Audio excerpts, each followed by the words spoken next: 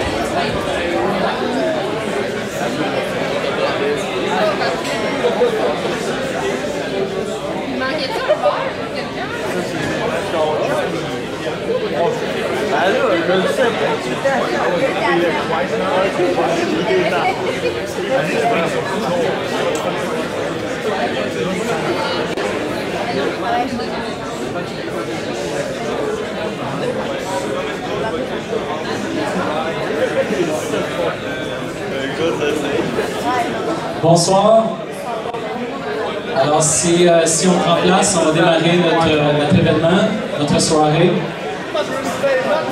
Hi, if everyone can take a seat, and let's get started this conference tonight.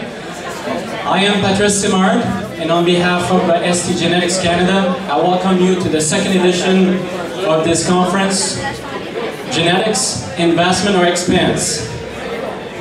Bonsoir, au nom de ST Genetics Canada, je suis Patrice Simard. Je vous remercie de participer et de faire partie de la deuxième édition conférence La génétique, est-ce un investissement ou une dépense? Ce soir, nous avons le privilège d'avoir 3 conférenciers de renom. De plus, dans leur rôle dans l'industrie, dans leur fonction, ce sont des gens qui sont considérés comme des modèles, des gens qui sont considérés comme des visionnaires, tant par leur méthode de gestion que par leur vision avant-gardiste de l'industrie. So tonight we have the privilege to have 3 keynote speakers that are recognized to be leaders and visionary in our dairy industry. They are taking a moment from their very busy schedule to share with us how they manage in today's reality, how they manage their operation, and also how they plan and foresee the future. Alors, nos conférenciers prennent un moment ce soir pour partager, échanger avec nous comment ils entendent et se préparent pour l'avenir.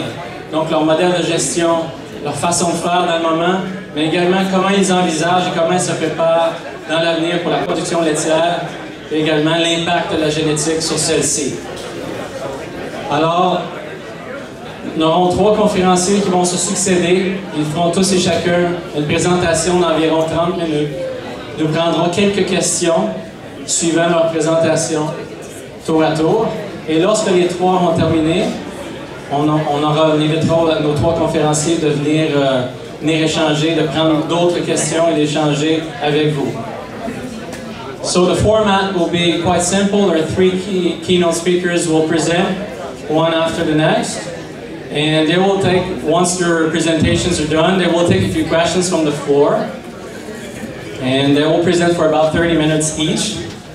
Once their presentations are done, the 3 of them, once they're done, we will invite the 3 of them together and try to brainstorm with all of us in the group. Okay? So our first, encore une fois, j'invite les gens, les conférences seront en anglais uniquement. Nos conférenciers sont anglophones. Et puis, donc, j'invite les gens à se procurer des casques d'écoute pour une traduction simultanée. Les casques d'écoute sont juste ici, à côté de la petite boîte, qui a l'air d'une patte mobile anti-balle. OK? Alors, je vous invite à vous procurer. Le bar demeure ouvert, la nourriture demeure à l'arrière, donc vous ne vous gênez pas durant la présentation pour vous servir. So the bar will be open and food will be available most of the presentation, so please be our guest and help yourselves. For those that will need simultaneous translation, there's headsets available right here on this booth. So our first presentators, notre première présentation est M. Juan Moreno. Juan Moreno, aujourd'hui, le directeur général, est également le fondateur de ST Génétique ou Sexing Technologies. M. Moreno est originaire de la Colombie et s'est établi aux États-Unis à un très jeune âge pour faire ses études à l'Université de l'Ohio en sciences laitières. Suite à sa graduation, il est déménagé au Texas, à l'Université IM au Texas, et puis là, il a continué d'étudier en physiologie reproductive. Suite à ses études, il s'est lancé dans l'industrie du transfert embryonnaire qu'il a fait pendant une quinzaine d'années. Tranquillement, s'est intéressé à la semence sexée pour produire des embryons femelles. Et puis, il y a 14 ans, fait l'acquisition de ce qui est aujourd'hui Sexing Technologies. So our first speakers, our first presentator is Mr. Juan Moreno, CEO and also founder of ST Genetics and Sexing Technologies. Mr. Moreno is from Colombia. Established himself in the U.S. at a young age, studied at Ohio University into dairy science, then pursued his studies in A&M University in Texas in reproductive physiology. Following his studies, went on and worked for 15 years in the embryo transfer business, doing IVF as well. Got very interested by trying to produce as many female calves as possible through sex semen, and 14 years ago acquired what is known as today as Sexing Technologies and ST Genetics. So Mr. Moreno, Mr. Juan Moreno, right here, the floor is yours.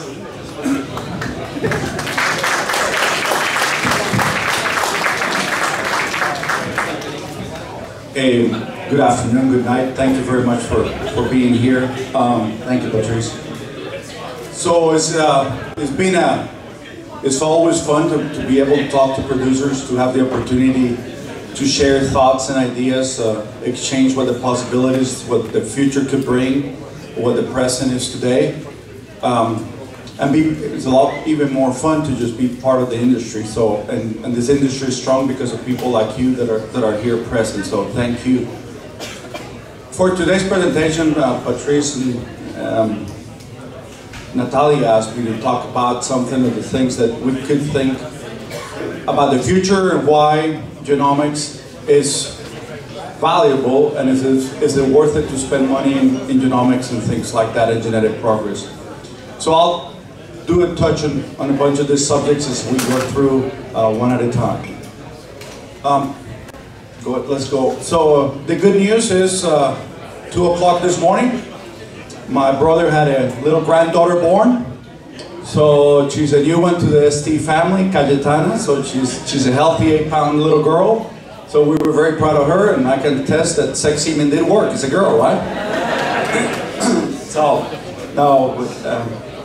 believe me, instead of being down there enjoying her, I'm with you guys. So I'm heading down there tomorrow morning. So as we go through sex semen and the future, what are we going to talk today about? We're going to talk about a view of the world. Go ahead. How are we going to feed the world? Because everybody in this room is part of feeding the world, right? And also we're going to look at, are we making genetic progress? And then we're also going to be looking at how do we deliver those genetics in order to make genetic progress? And then what traits are important in order to make that genetic progress? And then finally, how do we stay competitive as an industry for the long term in the future? How do we stay in business for your families and also as well as everybody that surrounds us? So we're going to touch on each one of those subjects. So first and most important, we got to take a look at the world. We tend to all have a view of a very small place or where we live and our house in the small area that surrounds us. But the reality is that we're in a big, big, big place, right? So the world human population today is somewhere around 6 billion people. But the reality of life is that very soon we're going to be reaching 9 billion people. So there's going to be 3 billion more people to feed. And everybody in this room is going to be a part of feeding those people. So we got to keep that thought in mind. Now, where those people going to be at is also important, because it also means the kind of product that we produce or that you produce and where that product needs to go, right? So on the red is the human population in the developed world. And if you look at that graph, what you realize is that the human population in the developed world is stable. It's not going to grow very much over the next 15, 20 years, right? However, the human population in the developing world is growing at a very fast pace. So a lot of the products that we make, that you make, is not necessarily going to be consumed in Canada, but they're going to have to be shipped elsewhere. And because they're going to have to be shipped elsewhere, you're going to have to be part of developing the type of product they want to eat. But to stay competitive, you're also going to have to make that product at a low cost of production, so economically it's beneficial for you to produce it. Go ahead. So as we look at the world, we got to look at where do people live?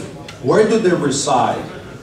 And it's quite amazing, this graph, to see it, because if you see it, you think in the developed world, most people live in the cities, right? About 79% of the people as of 2017. But by 2030, 87% of the people in the developed world will live in cities. But guess what? The same thing is happening all over the world, right? Look at Latin America. 84% of the people will be living in cities. Same thing in Europe, 78%. And what do people in cities have different than all of us that live in the countryside? They do think a little bit different, right? Milk probably comes from the refrigerator in the supermarket, not from the cow, right? They don't really know what it is to wake up at 4 or 5 o'clock in the morning to milk a cow. But we got to be also conscious that there's a set of standards that those people expect us to produce product by. So animal welfare, animal care, animal well-being are going to be very, very important in our future, right? Probably control of antibiotics is going to be very important in our future. The use of no hormones is going to be important in our future. So we got to be thinking today, what does your animal have to be genetically 10 years from now, or 15 years from now, or 20 years from now? because that is what the next generation is going to require us to do. So, the other thing that is happening around the world, people are living longer. So, in 1950, the average expectancy of life was 46 years of age. Today, by 2015, it's probably going to be 75 years of age. Today, we're somewhere around 70 years of age. So, people are living longer. Go ahead. Now, we got to feed all those people. And we got to feed them all over the world. And now we're in some farm in Quebec, Canada, or Navasota, Texas, or Oregon, or Brazil, wherever it is, it doesn't matter, right? How are we going to feed that world, and how are we going to produce a product efficiently? There's only one way to do it, gentlemen, ladies and gentlemen. It's called genetics.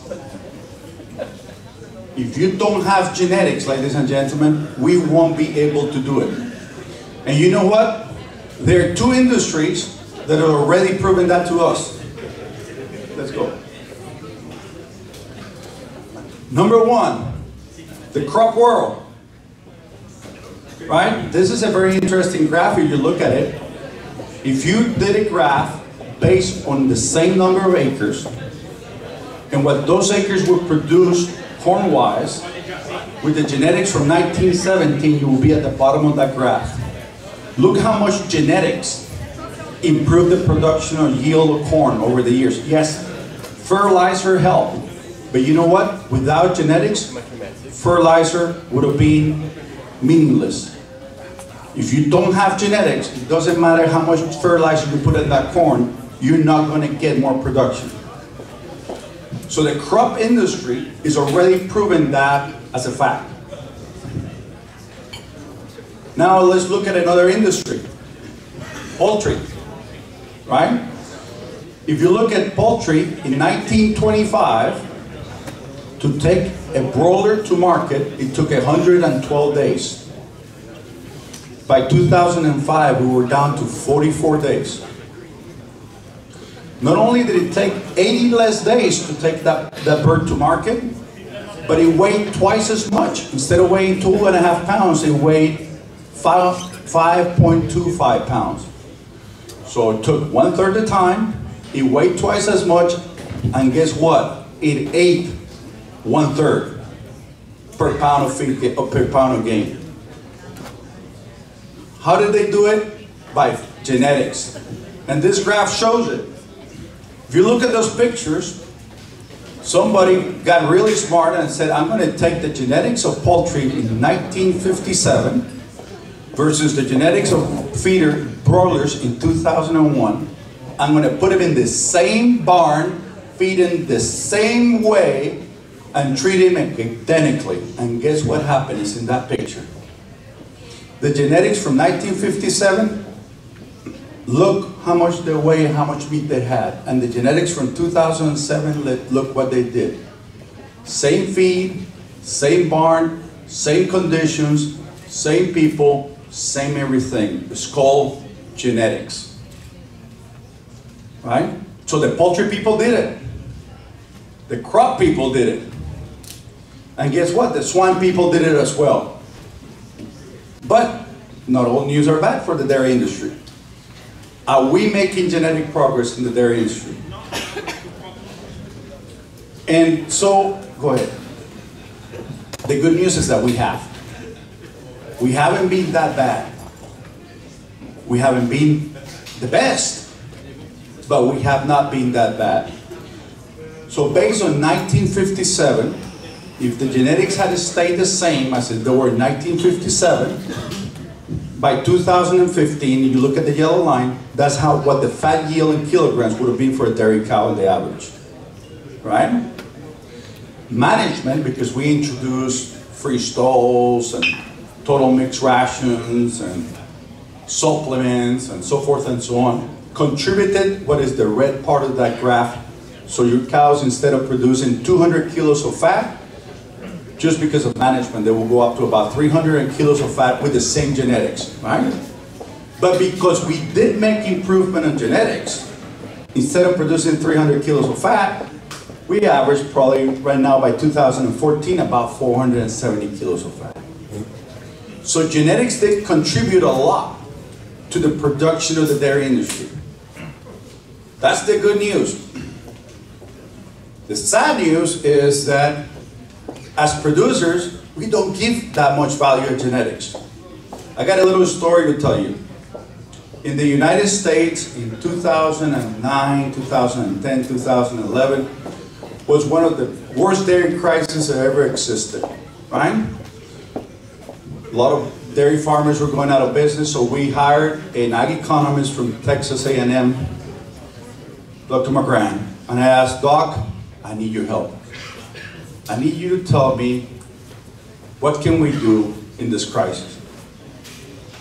Our clients, meaning you folks, don't want to spend any money in semen. How can I convince them to spend money in semen and genetics? They're going broke. They're going out of business. So Dr. Jim McGran went back to A&M, signed a nice contract with us. He came back the next day, almost the next day, it might have been 3 days. He said, I got your answer, I'm done. He said, oh my God, I just paid this man a lot of money, and he got the answer in half a day for me. This is sad. He said, my total report is 3 lines, and it's for free. You said, well, that's good, it's for free. So what is it? I said, you wasted my time. So what do you mean you wasted my time? And he said, Juan, and these were his words, if somebody's complaining about the cost of genetics in the dairy industry, and they're trying to save 5 cents on it, they don't deserve to be in this business. I said, what are you talking about? What do you mean? I said, do you realize that in a dairy, the total expense of genetics is less than 0.5% of the total expense of the dairy in a year? And if you're going out of business and you're worried about saving in less than 0.5%, you don't need to be in this business. You better worry about saving in what is costing you 30 or 40 or 50 or 60%. So one thing that I learned was, oh my God, in this industry, we spend the least in what means the most. It's called genetics. That's total opposite story of what the crop business has done, and a total opposite story of what the poultry business has done, and a total opposite story of what the swine business has done. We need to value genetics. So, what is genetics? So we seem to discount genetics because sometimes we can't see it. And we confuse the word performance with genetics, right? But to performance, there's 2 parts. Environment, meaning what you feed the cow, how you treat the cow. And the second part is genetics. And genetics plus environment gives you performance.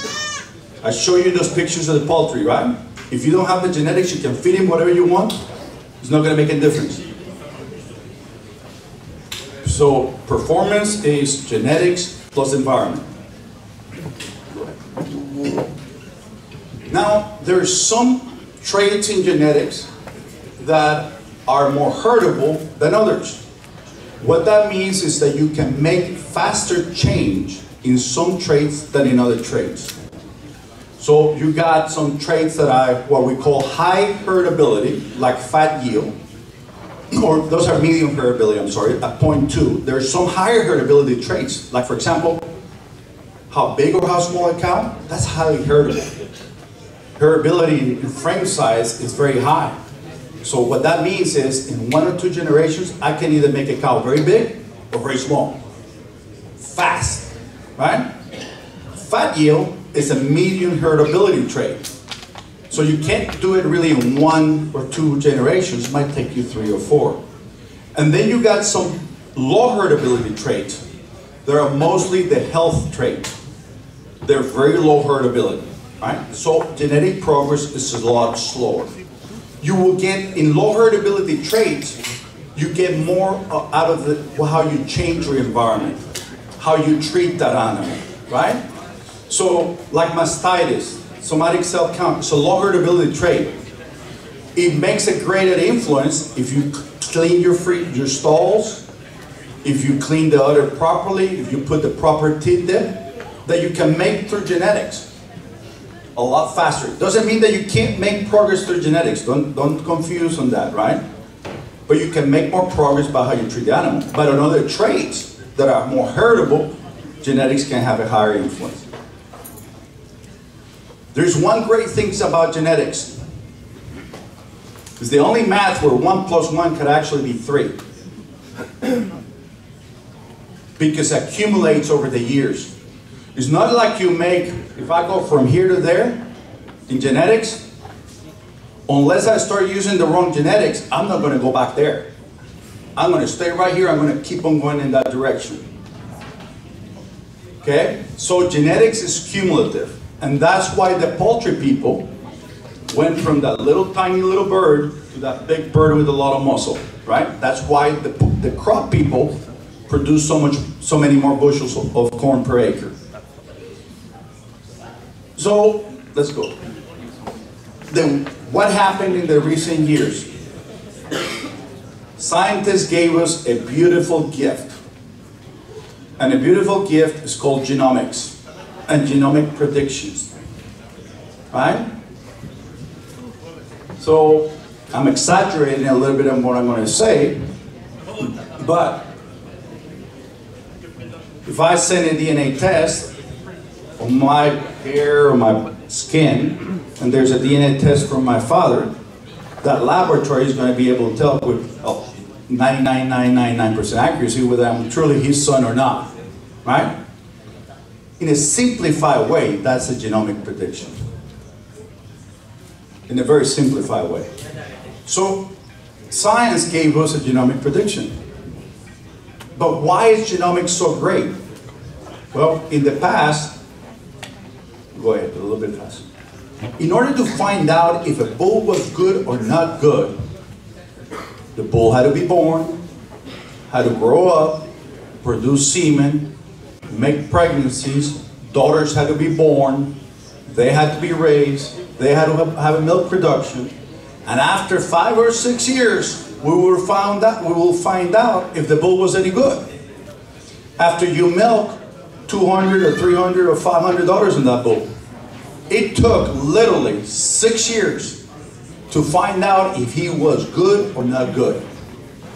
And that's what we call traditional genetic predictions, right?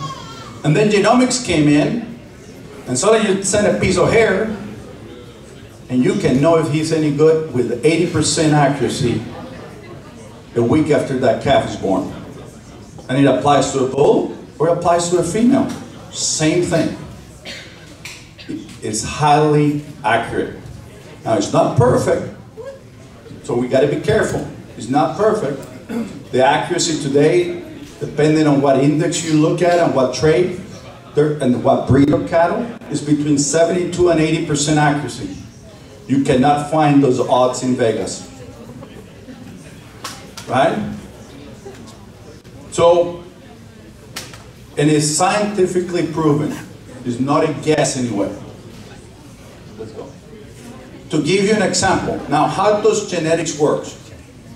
This is a specific example of how the Delicious cow was born. Delicious is the mother of Delta, the #1 proven bull in the world, right?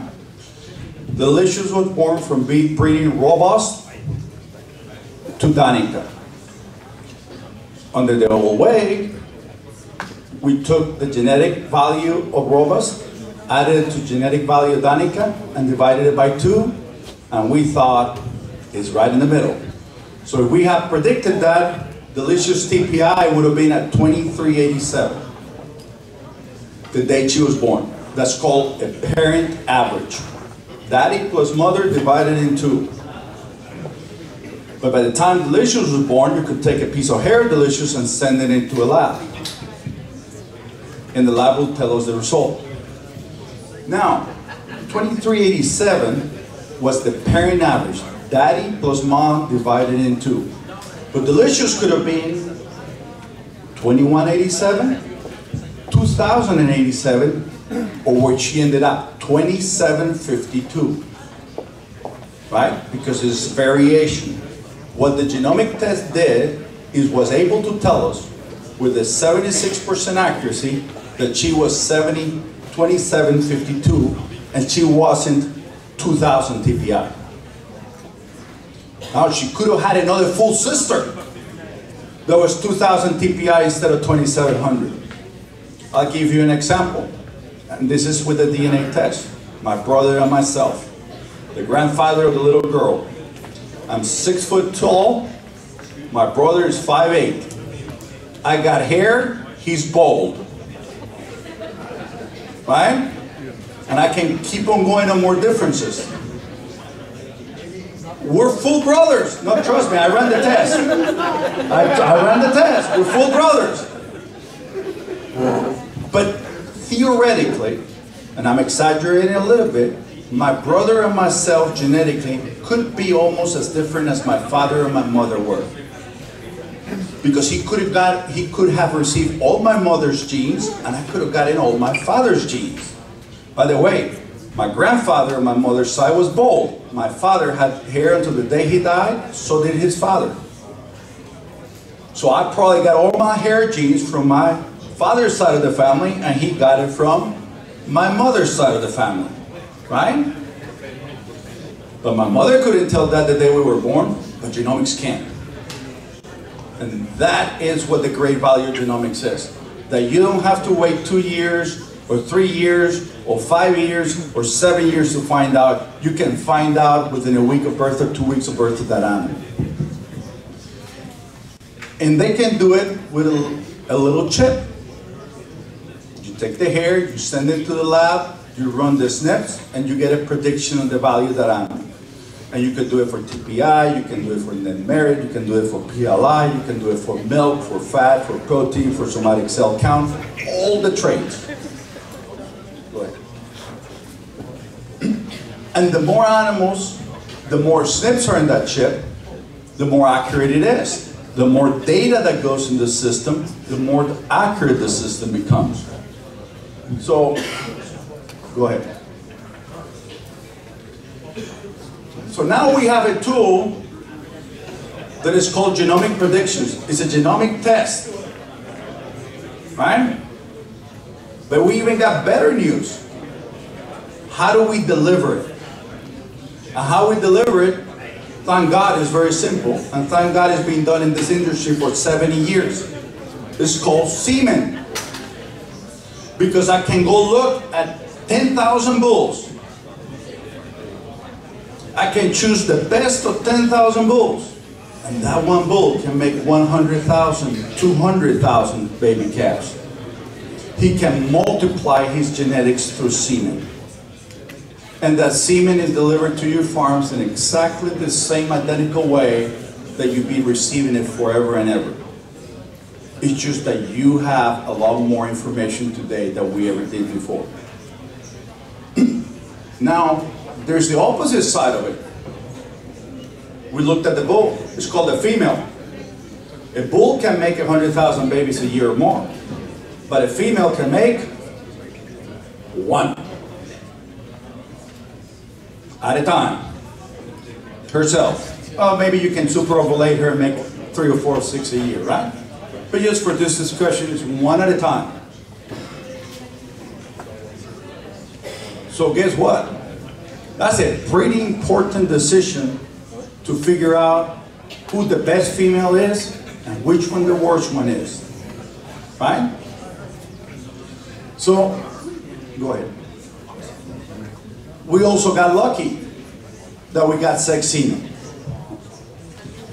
This is Dr. Larry Johnson, who is the inventor of the Sexing technology at the United States Department of Agriculture. He invented it, my God, 30 plus years ago. So Sexing didn't happen yesterday or 5 years ago, or 10 years ago, or 15 years ago. It's pretty old technology actually, right? But like a lot of technologies, it's slow at making progress sometimes. Go ahead. So how does Sexing work? Sex semen just simply is able to tell whether a sperm is a male or a female cell. And how it tells whether it's a male or a female cell is by measuring the size of the X and the Y chromosome. And then the machine is able to put all the females in one test tube and all the males in the other test tube with a 90% accuracy, okay? That's why there's a few bull calves born every once in a while. But with a very, very high degree of accuracy. So the technology went, and that's one of the phones my parents had in their house when I was a kid, right? The old analog technology. Put your finger in it, and you move it around. If you had to put a 0 on a phone number you were dialing, it took a long time for that thing to go back. Eventually go back, right? Guess what? I'm 51 years old. I left my house when I was 17. They still have one of those. And I'm pretty sure that most people in this room, with the exception of those that are teenagers, remember this phone still. Right? And we jumped from that to what? Go ahead. We jumped from that phone to the iPhone. Oh, wait a minute. We went through about 10 different kinds of phones in between, because we're now up to iPhone X, right? But we went from iPhone 4 to 5 to 6 to 7 and to X. In what period of time? About 5 or 6 years. And guess what happened with sex semen too? Go ahead. It did the same thing. Equipment changed and technology changed that fast. We have literally changed technology and equipment in the production of sex semen. The machines that we use, we have literally changed models 4 times in 6 years. Not quite as many times as the iPhone, but getting pretty close. Okay? And as the technology changed, instead of being able to produce a few straws of semen, now hundreds of thousands of straws can be produced. Millions of straws are being produced. We calculate that so far there's probably been about 55 to 60 million straws of sex semen used in the last 12 to 15 years. And there's probably about 20 to 22 million calves born from sex semen, and more on the way. And sex semen now is out in the industry, not just by ST, but by many other companies. So there's bulls being sexed by all the genetic companies around the world, basically. And I want to thank them, because it's been a privilege to work with them. It's been a privilege to do trials with them. It's been a privilege to go through the improvements and the process of working with them. And without their help and support, it would be impossible for that technology to be here today. Whether it's Siemens, or it's a Select Cyrus, or it's Alta, or it's CRI, or some of the European companies, they deserve also a lot of the credit. And the beautiful thing about sex semen is that it's still delivered the same way that it was 50 years ago, in a straw. Nothing changed. The producer uses it exactly the same way that a conventional straw of semen. But we needed to prove that it was fertile. We didn't just have to have better machines to produce it faster and more efficiently so the cost will come down, but we had to make sure that it was more fertile. So a lot of trials went into it. Over the years, we have run probably well over 200,000 breedings to do trials in many, many different countries around the world with a lot of different companies. This is data of a trial that we ran in Germany with a set of cooperatives that they work under the label GGI. That's their export and merchandising company. We took 8 or 10 of the bulls. We produced different types of sex semen for them plus conventional. With their people, they went into their herds. They did the artificial insemination and they brought the results. And we tested different groups. So we tested the old sex semen. And this is the Europeans like to use non-return rate instead of using pregnancy rate or conception rate. So this is non-return rate data, okay? So the old method that we used 10 years ago gave them a non-return rate of 55.9%. Then if we use the new method, which is the second line, the SU 2.1, the conception rate went to 59.9. Then if we added more cells to the straw, 3 million cells, it went up to 60%. Then if we added more cells to the straw, it went up to 66.7%, which was basically identical to conventional semen. But the greatest part of this trial and other trials that we did was we were able to prove that the fertility was just about as equal as conventional semen, not just in heifers, also in lactating cows. And I'm very sure that a lot of people in this room have been using sex semen in milking cows with pretty good results. So it's not just about pretty data on the screen or very nice advertisement, it's about what my mother used to call the facts of life. Right? Is it true or not? Go ask your neighbor. So I'll ask you to go ask your neighbor if your fertility results in sex semen today are truly that good. Now there's more technology coming because technology keeps on evolving. Just the iPhone 10, we already know what the next level of technology is going to be for sex semen. But it's got to go through trials and it's got to go through experiments. And we might be proven wrong in the long term. So we got to keep on getting better. Go ahead. So in summary, there's been a lot of advancements through the years in sex semen. Today, the cost of sex semen is a lot lower. The fertility is significantly higher. And, go ahead. And now, a lot of the best, most of the best bulls are available in sex semen. So now for the first time, we're able to do two things. Have the best bulls in sex semen. Guess why that's important? Remember I told you the most important thing in your farm is that one cow? Is she's your best cow? You want to have a daughter from her. You want your replacement to be out of your best cow with the best bull. Because that's what's going to keep us in being competitive with the poultry industry, with the crop industry, and with the swine industry. Go ahead. And so we go back to genomics again. I kind of change subjects back and forth, right? We talked a little bit about genomics. Why does it matter then? Maybe for the registered breeder that is producing the beautiful heifer to show out there, or maybe for the guy or the lady that is making embryo transplants, but for the regular, average commercial producer, why is genomics important? So, number one, it allows us to find in an unknown population which ones are the good ones and which ones are the bad ones, right? Nobody else in this room or in this industry can do that without a genomic test.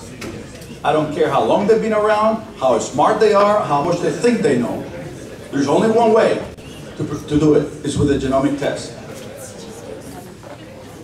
Once you know the answer to that genomic test, then you can make a decision.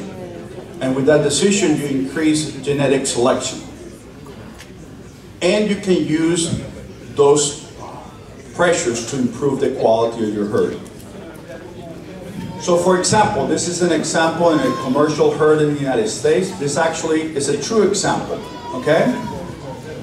So heifers born that were genomically tested between 5'1" to 16 and 6'30" to 16, their average net merit for the group was $486. But in that group, there were some that were minus $75, and there were some that were $875. My God, the difference between the worst and the best was $950. Why in the world would you feed an animal for 2 years until she has her baby, for another year to have her lactate to find out she's going to lose you money? When you can go run a genomic test and that test can tell you you're going to have a chance to make any money out of her. Right? Now, the average net merit for the top 75% was 541, and the average net merit for the best 50% was 590. Go ahead. So what happens now? What's the difference between using just the bull and the better bull? or the best bull, right? So if I took all the heifers in that herd, that the average net merit was 486, and I just decided I'm going to save a little money. I'm just going to buy an average semen bull because I save $1 a straw. So I'm going to breed into an 800 net merit bull. The average net merit to the resulting calves is going to be 643. But if you took at the bottom line the best heifers, the top, not just the best of the best 50%, you have 100 females, just breed the best 50. And instead of breeding them to a cheap semen bull, you bred them to a better bull, there's 1,000 net merit, then the average is 795. The difference between the bottom population and the top population is $150 to take her at $1 or $2. Right? Times 10 heifers, that's 1,500. Times 100 heifers, that's 15,000. Times 3 or 4 years of life of them, that's $60,000, $90,000. Ooh. How smart it was to save $1. Not very smart, right guys? So that is the value of technology. Remember, they did it. It's not a wild guess. They did it. It's up to you and to everybody in this room to decide if they want to do it or not do it. Now, there are different strategies. You might decide to test all your herd. Or you might just decide to test your breeding age heifers. Or maybe just your newborn calves, your babies. And that is individual to everybody. Right?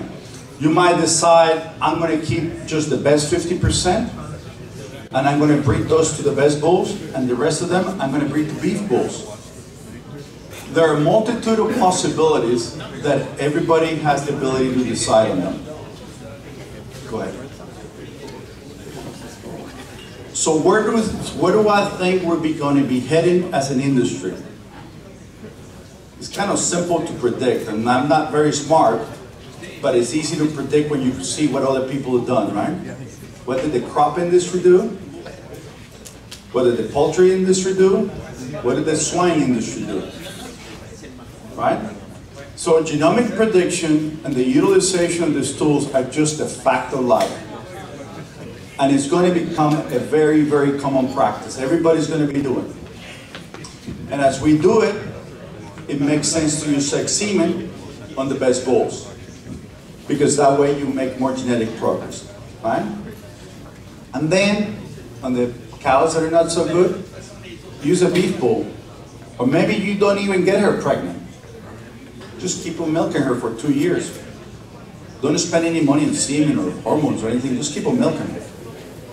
Go ahead. Now jumping back, and I hope I'm not going too many places in this talk, going back to genetics, which is kind of exciting for me. This is a list of the heritability of some of the traits that we've been selecting in the industry. So milk yield, fat percentage, protein, and down the line. We talked about this a little bit earlier. There's some traits that are highly heritable, some traits that are medium heritability, and some traits that are low heritability.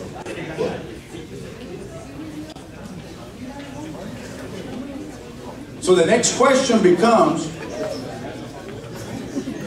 is it time to choose a new trait? And if it's a time to choose a new trait, which one is the most valuable trait in your farm today? You got about 90 seconds to think about it, right? I reckon that the most valuable trait in your farm is called feed. Because if you sit with your accountant, depending on the farm, of all your expenses, about 60 to 70%, depending on the farm, is feed. Feed, feed, feed, feed. Right? It's not genetics. Remember, you're only spending less than 0.5% in genetics, but you're spending 70% of your expenses in feed. And guess what this industry's never done? Never looked at that trade. Go ahead. This is all the trades we looked at. It's kind of surprising. In 1926, we were looking genetically already at milk and fat yields. Conformation, how pretty or how ugly they're going to be, right? Protein yield, productive life. That is a list by year on when we started doing genetic selection as an industry. It was not until 2017 that the first results came for feed conversion in dairy cattle. Go ahead. I would like to say that we were first, but we were not. It was a group of universities in the United States that did a 5-year project, and they started testing feed conversion dairy cows. How many pounds of feed to a kilogram of milk? Their data is in the process of being published. Go ahead. And the data shows that, yes, there's a very good heritability of feed conversion. Medium, it's about 0.2. It's selectable. About the same time that all these universities started doing research into feed conversion, at ST we started thinking about it as well. It wasn't our idea, it was somebody else's ideas. We're just good at copying somebody else's ideas sometimes. So we started doing research on feed conversion as well. This is a picture, our feed conversion station that we've had in Texas. Go ahead, down. Next slide. Oh, that one there. And we got a similar feed conversion station in Ohio. Okay? We've been testing both beef cattle and dairy cattle. Dairy heifers and beef cattle. Right? Between the two, we have tested over 12,000 animals, maybe more, over the last 5 or 6 years. Right. But we wanted to find out if we could predict it through genetics, through genomics, right? Can we do it with a genomic test? Just like they've been predicting milk and fat and somatic cell and everything else. We wanted to know, can we do a genomic test for feed conversion? So we invested in a company that's called Genetic Fishes, that's basically what it does, genomic testing. Go ahead. And we wanted to work on this, go ahead. And basically after 4 or 5 years of work, we have now run a progeny test on 30 different high-value genomic bulls. So we had 30 bulls, we took their daughters and run them through a test for 4 years of how much feed they took and how well they converted feed. And then we rank them from top to bottom, right? Who ate the most and converted the least to the opposite. Go ahead. So what did we find out? The daughters of the top bull ate 13 pounds of feed less per day than the daughters of the bottom bull. So let's see, 13 pounds times 365 days times 2 years, because that's how long it takes me for her to start milking, right? You're not making $1 in income until she starts milking. So 9,490 pounds less feed. Basically, it's 4.1 tons less feed was the average of the daughters of the best bull against the average of the daughters of the bottom bull. I don't know how much a ton of feed costs you, but you can figure it out and you can multiply it times 4, right? So there is a lot of money there. Go ahead. Now we wanted to find out if that trait correlated to any other trait. And I can tell you here today that the best TPI animal can be the worst feed converter or the best feed converter. It doesn't make any difference. And we looked at TPI, we looked at net merit, looked at frame size, we looked at milk production, we looked at fat, we looked at all the traits. There is no correlation. It looks like it's a single independent trait. Go ahead. This is the graph for net merit. So basically, if you were to look at it on the net, go back to the TPI one. So if you look at that here, this heifer here is 2400 TPI, and the average is 100, right? So she's way below for feed conversion, and this heifer that is 2400 TPI is way above for feed conversion. So there's no relation with TPI. Go ahead. There's no relation with net merit either. Go ahead. So we have the ability to select within a population. Now, honestly speaking, it's just the beginning of it, right? We still got more work to do, but it's a good beginning. It's a fun beginning. And it's a meaningful beginning because feed costs a lot of money. Go ahead. Go ahead. And why is feed important? Because we got to feed the world. That's that simple. Because the guys that live in the city want your cows to consume less feed because they want you to spend less diesel in your tractors because they want you to have a lesser environmental impact, right? It's the right thing to do. This is just something that we're going to be faced with as an industry. It's a reality that we have to live with. Go ahead. So that's the, sorry if I took too long. This is the group of ST companies. I want to thank you for listening to me and putting up with my craziness. It's always fun to be in Quebec and in Canada. And thank you very much for your patience. And if you have any questions, we'd be glad to answer them.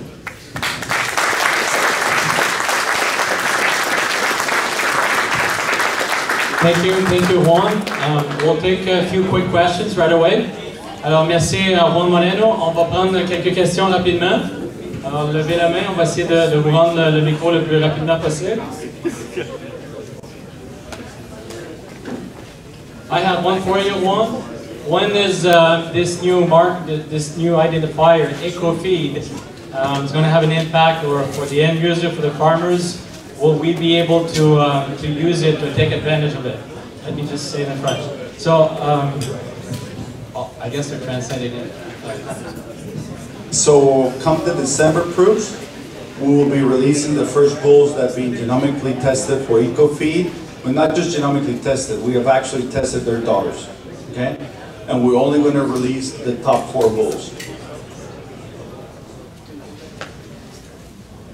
Vous n'avez pas parlé de le lait fait en laboratoire, de la viande faite en laboratoire. Pensez quoi de ça?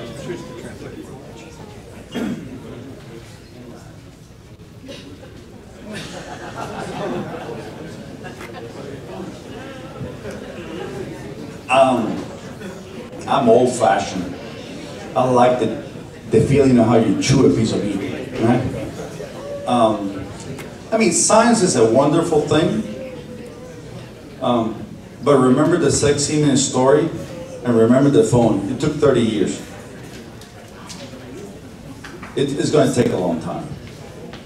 They're just in the beginning of the beginning stages. So is it possible? Anything is possible in this life with science, but it's a long ways away. Especially to produce enough to feed the world. Always keep that in mind, right? There's 9 billion people to feed by 2050, I'm sorry. So it would take a lot of dishes and a lot of incubators and a lot to feed that many people. Any more questions? For the moment. Juan will be back at Juan sur le retour à la fin après les autres présentations. Également, on va prendre d'autres questions. Ça va pour l'instant? Alors, sans plus tarder, je vais vous présenter notre deuxième orateur, deuxième personne à se présenter. Donc, c'est M. Ben Loewith de la ferme Summitholm dans l'ouest de l'Ontario. Ben aujourd'hui est le gérant de la ferme Joe Loewith and Sons, Summitholm, donc avec son père, Carl, et son oncle, Dave. Donc on a l'occasion d'avoir Dave également avec nous ce soir, un petit peu plus tard. Juste pour vous donner une topo rapide de la ferme, on parle de 450 vaches, 3 traites par jour. On parle d'une moyenne de production d'environ 13 800 kilos, avec tests de gras protéines 4.1 et 3.3. Pour vous donner une bio rapide sur Ben, Ben a gradué de l'Université de Waterloo avec un bac en arts et puis a focusé également là, sur la sociologie et la psychologie. Durant parmi ses grands faits d'armes, Ben nous parle qu'il a réussi à monter une entreprise de vente de peinture et puis il avait jusqu'à 10 employés qui travaillaient avec lui. Ben est retourné finalement sur la ferme et puis en 99, il travaille depuis le gérant, comme je disais. Son épouse est une productrice au niveau de la télévision. Ils ont également 2 enfants de 14 et 11 ans. So Ben Loewith, our next presenter from Summitholm Holsteins from Western Ontario. Ben is the manager of Joe Loewith and Sons Farm. And Ben, with his father Carl and his uncle Dave, operates, and own the farm. So we'll have his uncle Dave as well speaking a little later tonight. So Ben graduated from Waterloo University, right? During university, Ben ran painting franchise, employing 10 full-time employees over the summers. Returned to the farm in 1999, and has been ever since on the farm. His lovely wife works in the Toronto area. She's in the television business, a television producer. They have 2 children of 14 and 11 years old. So Ben, welcome. Thanks for being part of us. The floor is yours. Thank you very much. I'm smiling because literally he had written for my bio. The only thing he ad-libbed there is I never said my wife was lovely. He added the word my lovely wife. So, and he's right, she is lovely. So thank you very, very much for having me here. I'm very excited to talk to this group. Just thinking back to the last speaker about this idea of feeding 9 billion people. How as an industry are we going to feed 9 billion people? And so there's a lot of good ideas and the technologies that we're going to use in order to accomplish that goal. But quite frankly, on my farm, I spend more time thinking about who the hell's going to milk the cow Saturday night, because the kid who's supposed to do it called in sick when I know he's got a party to go to.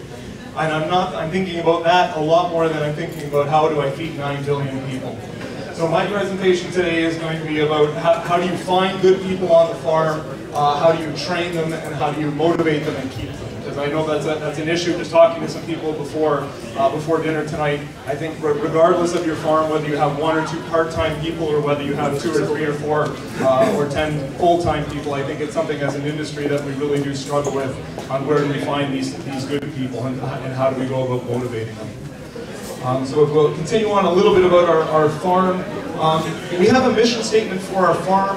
I'm going to talk about one section of the mission statement. And the mission statement on our farm, it's something that actually really is quite important to us. And when we were developing the mission statement, we decided that it has to be something that actually influences our behavior. If it's just some BS thing that you have at the front and nobody really pays attention to it, then there's no sense in putting any time and effort into it. So first and foremost, the first point of the mission statement is that we will profitably produce a wholesome and nutritious product that the marketplace demands. And the key word there is that profit, that everything we are doing on the farm is to increase the profitability of the farm. And as much as we all enjoy working with cows, working with family, enjoy the lifestyle, if the farm is not profitable, then it is not much fun. And if the farm is making money, then it is a lot more enjoyable. And we have a great saying on the farm that if you run a farm as a way of life, then it is a terrible business. But if you run it as a business, then it is a wonderful way of life. And we try to think about that every day. But what I'm going to be talking about today is actually the third point, that we will encourage and foster the growth and the development of all the individuals involved. So that includes ourselves, it includes all the staff, everybody who's on the farm. We're going to try to foster and encourage that growth of them as an individual. So a little bit about the growth of our farm. So my grandparents came over to Canada as refugees in 1938. These are my grandparents there. They bought the farm in 1947. In order to come to Canada at that time, you had to agree to either farm or go into mining or forestry for 5 years, and they decided to go into agriculture. They had 3 sons. All 3 of them went to college or university. If you go to the next slide. So my father and my uncle went to the University of Guelph, graduated in agriculture. Over the years, there's been slow expansions over the years. This picture was taken about 1999 or 2000, somewhere in there. At that point, we had 3 family members, 1 full-time employee, and about 2 or 3 part-time employees who did the night milkings as well. Since that time, if you go to the next picture, the farm has expanded and slowly grown over the time. As mentioned, today we're milking about 450 cows, milking 3 times a day. If you go to the next slide. So today we have, something happened in the, it's about the equivalent of 10 full-time workers. If you take everybody and divide their hours by how many hours and say what's a normal work week, it's about 10 full-time people. So there's five real full-time people, including the 3 family members. Then we have about 10 part-time employees, 10 to 12 part-time employees, maybe a few more by the time you include every kid that feeds calves and cuts grass and all the rest of that stuff.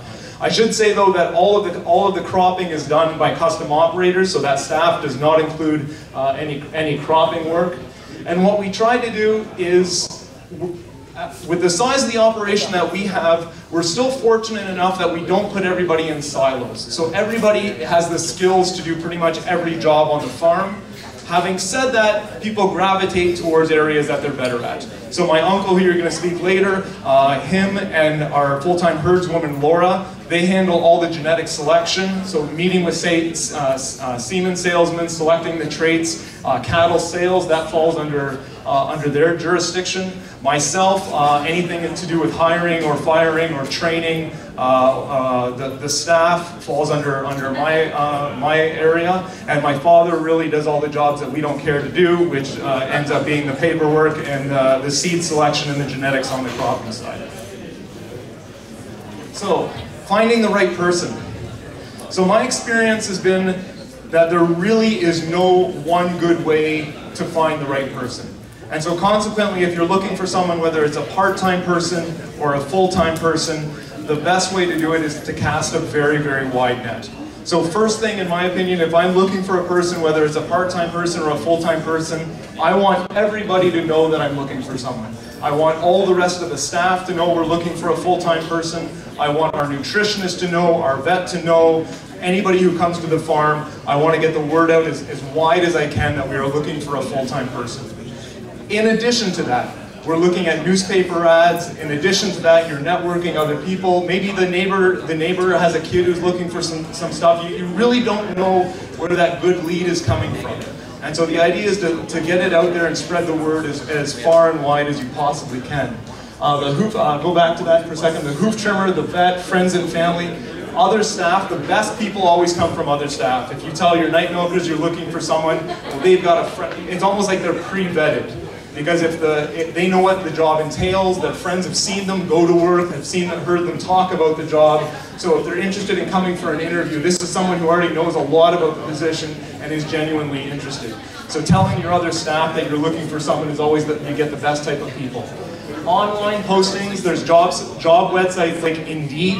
The only problem with some of those type of postings is you really do get people from all walks of life. So you get a lot of applicants, but it takes a tremendous amount of work to narrow them down to find someone who's gonna suit you.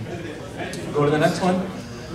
So the interview. So you're at the point now where you've got a person sitting in front of you, and I think the mistake that we make, that we're all guilty of, is when you have, if you have a position to fill, and there's a person sitting across the desk from you, you want that person to be a good person so bad, right? Because you have no one else waiting. It's not like you got 15 people waiting to be interviewed.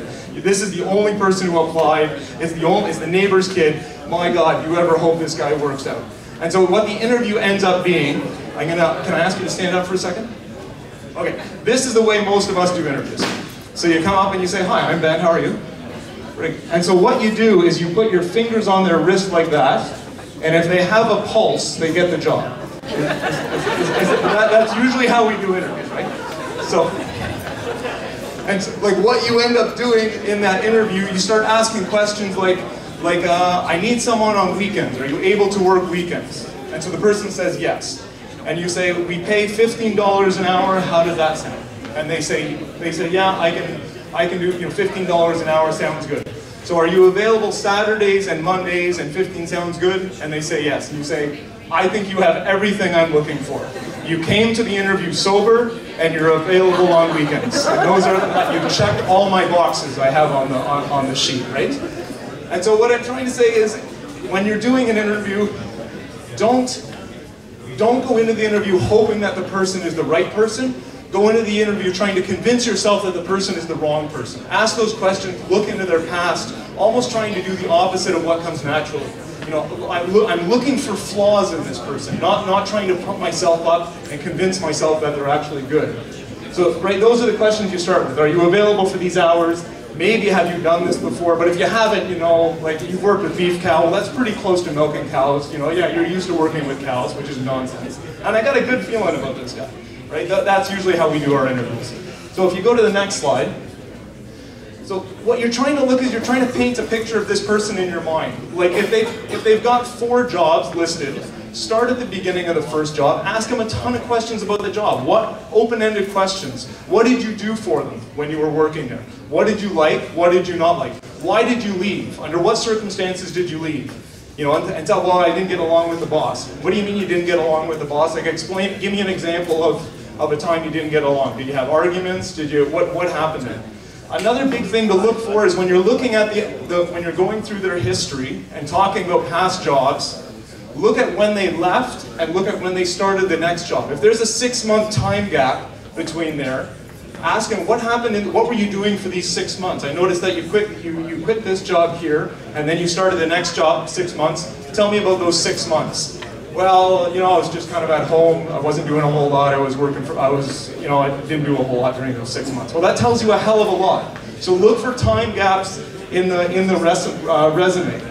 Previous job experiences, what were your responsibilities? Are they in school? Ask them about their favorite subject. Ask them what extracurricular activities. And for me, extracurricular activities are always a double-edged sword. If you've got some guy who's into hockey that's looking for a job, and I really enjoy it. I'm not really competitive. I'm not that good, but I enjoy playing the games, and it's something that I like. We usually do night games. I love that. I like that they have other activities that they're involved, that they're social. If I have someone who says I'm doing figure skating, and quite honestly, I've been doing it since I've been 8 years old, and it's my life. I practice this many times a day. I'm in competitive. For me, that's almost a negative, because all of a sudden I know that this person, they have something in their life that's way more important than their job. If their shifts or something is going to conflict with their figure skating, they're going to choose figure skating over coming into work. They're going to say, I can't come into work, I got a competition. So sometimes you have to look at just how passionate they are about their hobbies. Go to the next one. Things that I like to do in an interview is to have your questions written out ahead of time. Have someone else in the interview who does nothing but records the answers. Because I can't write and record answers at the same time as I'm thinking about what I'm going to add next, or ask next. I can only do one thing at a time. So that way I get to have a casual conversation with this person, actually listen to their answers without worrying about writing down what they're saying at the same time. Walk around the farm with them. That's always a great. One of the things I like about walking around the farm with this person is if they're smart, they will ask you questions while you're walking around. They might not even be good questions, but at least this person knows enough that they should be asking questions. The other thing is that you get to see is how fast they walk. We've had people that were walking during an interview, and we're walking along, and so there'd be my uncle and I, and we're walking along, and literally we noticed that the person is 20 feet behind us, that they couldn't keep up just while we were walking. And so this is that they've only got one gear, and this is what they're going to be like when they're working on the farm as well. Be conscious of how much talking you're doing versus how much talking they're doing. If you're doing all the talking, then it's not really an interview. You're just trying to sell them on the job, which is part of the interview. Selling, it is a sales pitch. Half of the interview should be you selling the position, because at the end of the interview you want them to want the job. But a bigger part of it still has to be you finding out about them. And if you're talking, you're not listening to them whatsoever. Do they ask questions? Do they walk fast? Next slide. So compensation. So this comes up a fair bit. How much should you be paying? For us, just as an example, you have to know what your competition is. Like if you're farming in Leduc, Alberta, and people are going out to the oil sands, well, maybe you have to pay more than if you're farming in the Maritimes. On our farm, we'll start people at $15 an hour for part-time milking work. Within 6 months, we'll move that to $16 an hour, and then it slowly goes up from there. On average, they're probably making about $17 or $18 an hour on average. Full-time staff, we'll start them at about $55,000 a year, but that's for about a 65-hour work week. It's a relatively large work week, and then again, they'll get raises going further from there. One of the things I put down is compensation is certainly not all just about the cash that you're paying them. And beware of trying to keep people just by paying them more money, because the worst case scenario is you get someone who's working on the farm, they hate the job, but they can't quit because they can't make money anywhere else. And so now you've got this bitter, poison, toxic employee who hates working there, but they can't find anything that pays as good as theirs, so they stay even though that they don't like the job. And if the only reason that they're staying on the farm is because the pay is good, then they're just going to be poison for everybody else in the enterprise. Okay. So now just talking a little bit about keeping good people. Okay? So I think there's 3 key elements to job satisfaction.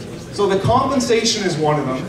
But when you think about compensation, I want you to think about not about the dollar value, but about the lifestyle that the job affords them.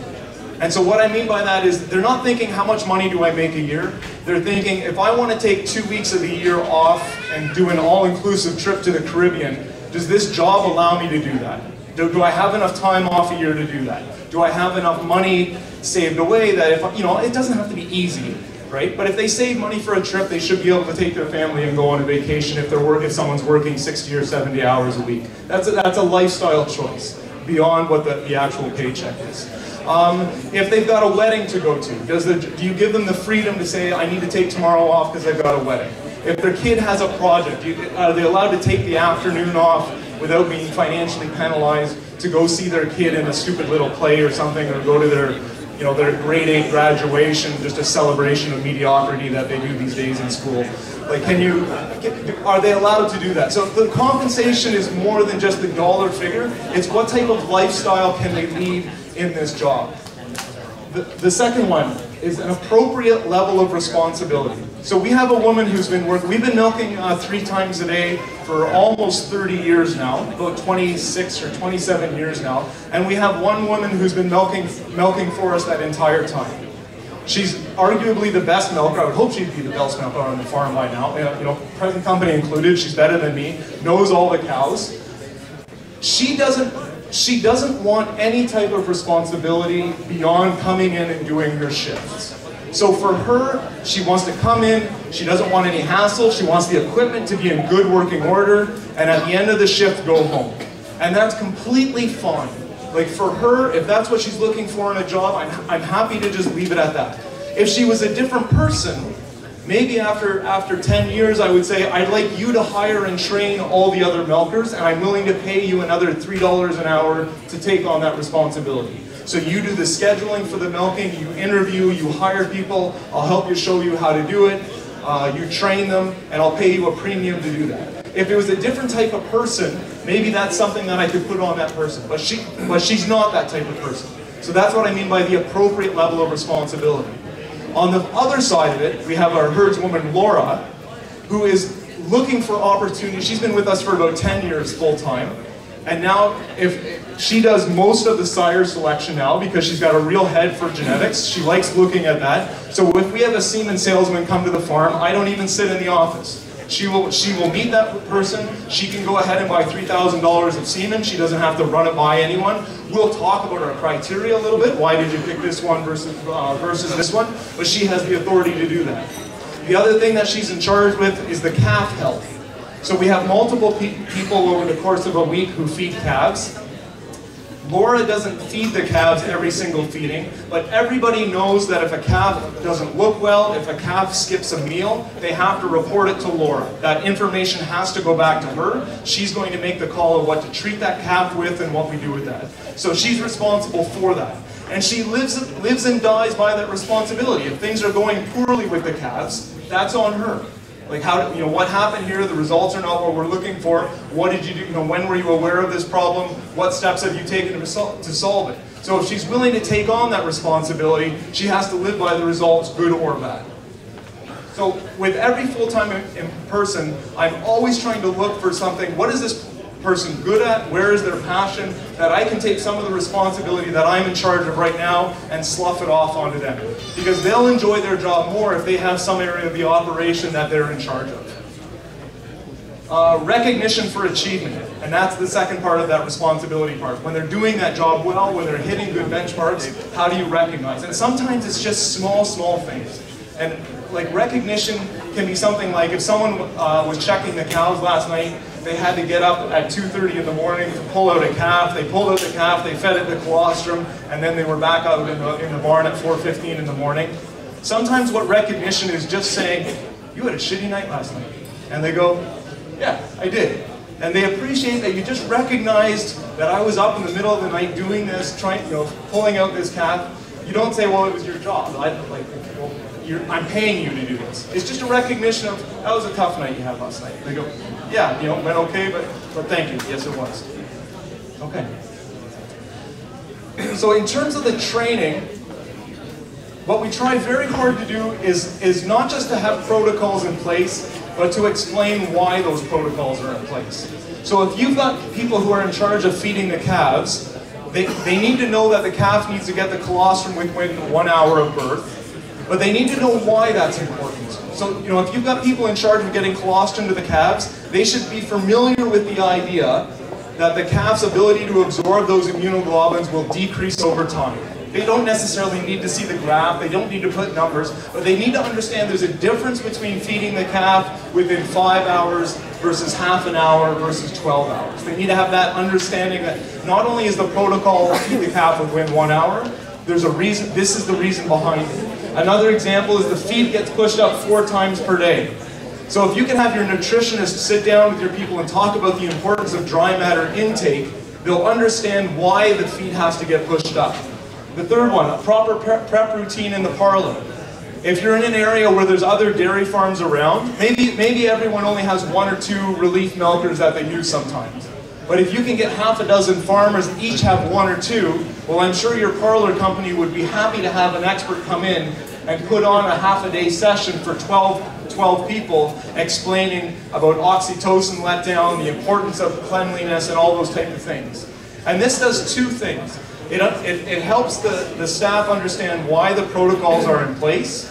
But the other thing that it does is if you take your milkers and you pay them to go to a training session, like if you're a 17-year-old kid and your boss says, I'd like you to go to this training session, I'm going to pay you for the 4 hours to do this. That 17-year-old kid feels like $1 million. He's never had any job where someone has sent him to a training company, sent them somewhere to learn new skills. And you can't underestimate how good that makes someone feel to know that their company is actually investing time in their training. Next one. So why bother? So some people say, why do I need to bother explaining to them why these protocols are in place? Just do your job. I told you to feed the calf within an hour. I don't need to explain why. Just do what I told you to do. That's all I'm asking. And so if you go to the next slide. So here's an example of someone who just did what they were told. So someone went into a bakery and they ordered a cake. And they said, what I want you to put on the cake is happy birthday Adam with blue flowers, right? And so the kid behind the bakery said, okay, he wrote it down. The cake is supposed to say happy birthday Adam with blue flowers. And that's exactly what he did. He wrote down happy birthday Adam with blue flowers. So how do you get angry at this kid, right? I did exactly what you told me to do. And so this is the reason why you need people who can think a little bit and they understand the protocols that are in place. So another example I could give you that's more relevant is someone comes to the farm, they know right after lunch they're supposed to push up feed, and they know that they're supposed to feed a calf within 1 hour of their colostrum. So now they come back after lunch, and there's a new calf there that looks like it's been there for about half an hour. So does he feed the calf first, or does he push up feed first? And now this person is paralyzed because I have two conflicting instructions. You told me to push up feed after lunch. You've yelled at me before for not pushing up feed after lunch. And you've told me to feed the calf within an hour. And I've been yelled at before for not feeding the calf within an hour. So if the person knows why the protocols are in place, at least they can begin to make a judgment call. Well, I know about the colostrum absorption. I know why that's important. I know about dry matter intake. I know why that's important. So now I can weigh these two things a little bit and try to make an intelligent decision for you. I'll go to the next one. So beyond the paycheck, so training opportunities. Yesterday we had a new employee that started with us. He's been with us for 3 days. Our nutritionist was putting on a seminar about dry matter intake, so I took this person to that seminar. So he came with me for half a day to listen to the speaker, Trevor DeVries, talk about dry matter intake. So all I wanted this guy to get away from these 4 hours was that if we can get the cows to eat more, it's good. That was the take-home message for this kid. Because he just started, he's new with us. We have another employee who's been with us for about a year. She has her own little horsey business. So she went to Niagara Falls. There was a 2-day seminar in Niagara Falls for women in ag. So it was a Advancing Women in Agriculture conference. So we paid her to go to the Advancing Women, because that's where her level is at. We have the herdswoman who's been with us for 10 years. A number of years ago, we paid for her to go to Spain and work with Dr. Alex Bach for a week in Spain on his research farm working with calves. So we paid for her flights down there. She was there for 2 weeks. One of the weeks was her vacation time. One of the weeks we paid for her salary during that week. And so if you can imagine, at that point she was about 27 years old. And her company is paying to fly her to Spain to work with a researcher on calves because her responsibility on the farm is working with the calves.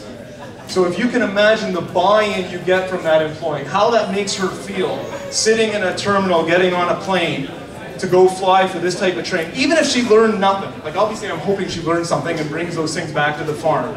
But she feels like $1,000,000. She feels valuable that her company is doing this. Her father was telling other people, the farm where my daughter works, they sent her to Spain to work with this guy. That's how proud her whole family was of doing it. So it might have cost us $3,000 or $4,000 to do that, but the investment was amazing. And so those training opportunities, they're different for different employees. Whether it's a kid who's feeding calves or a key person like Laura, you're going to make different investments.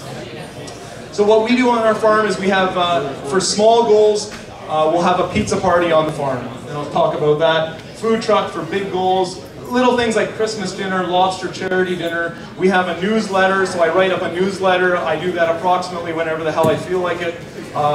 It's just what's going on the farm, what's working well, what we need to work on, what were the goals we talked about last time, and how are we doing versus those goals. A little one-pager I stuff in their paycheck. A neat and tidy workplace that they can be proud of, a place that they would like to bring family and friends to come and see. And then we do employee reviews once a year. If they make a suggestion, actually implement the suggestion. Nothing is as demotivating as when they make a suggestion to you and you just shoot down absolutely everything that they say. And I put down that the tie goes to the employee. And what I mean by that is if someone comes to you with a suggestion of a new way to do with it, if you're thinking, well, I don't, things are working pretty well. I'm not sure why we're changing things. But if their suggestion doesn't cost any more money, doesn't cost any more time, why not go with their suggestion? Say, sure, let's give it a try. Like if you don't have a good reason not to do it, let the tie go to the employee. Because otherwise you get in this pattern of just shooting down absolutely everything they say, and that's pretty demotivating as well. So go to the next one. So this is an example of a training. So we had a vet come in, give a training seminar to all the person talking about the programs we have on our farm is if anyone wants to take any type of course or extracurricular activity, for a full-time staff we'll pay up to $1,000 a year in registration fees for those courses. The time is on your own. I'm not paying you your time to go do it. Part-time staff will pay $500. And so one of the things Laura's taken is she took a cheese making course. So these are some cheeses she made from our milk, just as a sample and as a thank you. So she went for half a day on a weekend and took a cheese making course. We paid for that. She's also taken Spanish courses. We have no Spanish employees on the farm. She just wanted to learn Spanish, so we paid for that course at the university as well. Next one. So one of the things that we're trying to do on the farm as well is look for small goals to celebrate. So, and it doesn't matter if you're milking 30 cows, if you're milking 3,000 cows, if you're at the top of your county for everything, or whether you're just struggling to make some changes on the farm. Every farm can find something that they did better this year than they did last year. And so take whatever that is and say, we need to celebrate that as a team. So a little thing, this is our milk slip. So you can see that for the first time that we hit 16,000. We had never shipped 16,000 liters on the farm before, so we said we should have a pizza party for this. So Tuesday afternoon, after we're done milking at 5:30, send a message out to everybody. We hit 16,000 liters for the first time. Pizza party Wednesday night, 5:30, and everybody who can come shows up, has a slice of pizza, has a beer, and goes home. The whole thing takes like 40 minutes. It's not a big deal. It's not a lot of money, but it just shows that the farm is doing things, we're improving, things are good. And you know you're really doing it right when the staff themselves see that something happened and says, we should have a pizza party for this. And the answer to that, of course, is always, always, always yes. You're absolutely right. So we're going to have they say, you know, I noticed we hit 16,000, we should have a pizza party. You say, damn straight, Friday, 5 o'clock, pizza. Next one. So this is the pizza party. It is nothing fancy. It's just some pizzas and everybody who's available comes in, okay? Okay, then there's major goals things. Major goals are things that are, as a team, you're actually saying, this is something I'd like to work on, someplace that we can go. So one of the goals that we had on our farm is Laura, who I mentioned is in charge of all the calf health. A major goal was to go an entire year with no calves die. If we could go an entire year with zero mortality, so if they were alive at 24 hours of age, they had to live for the 60 days.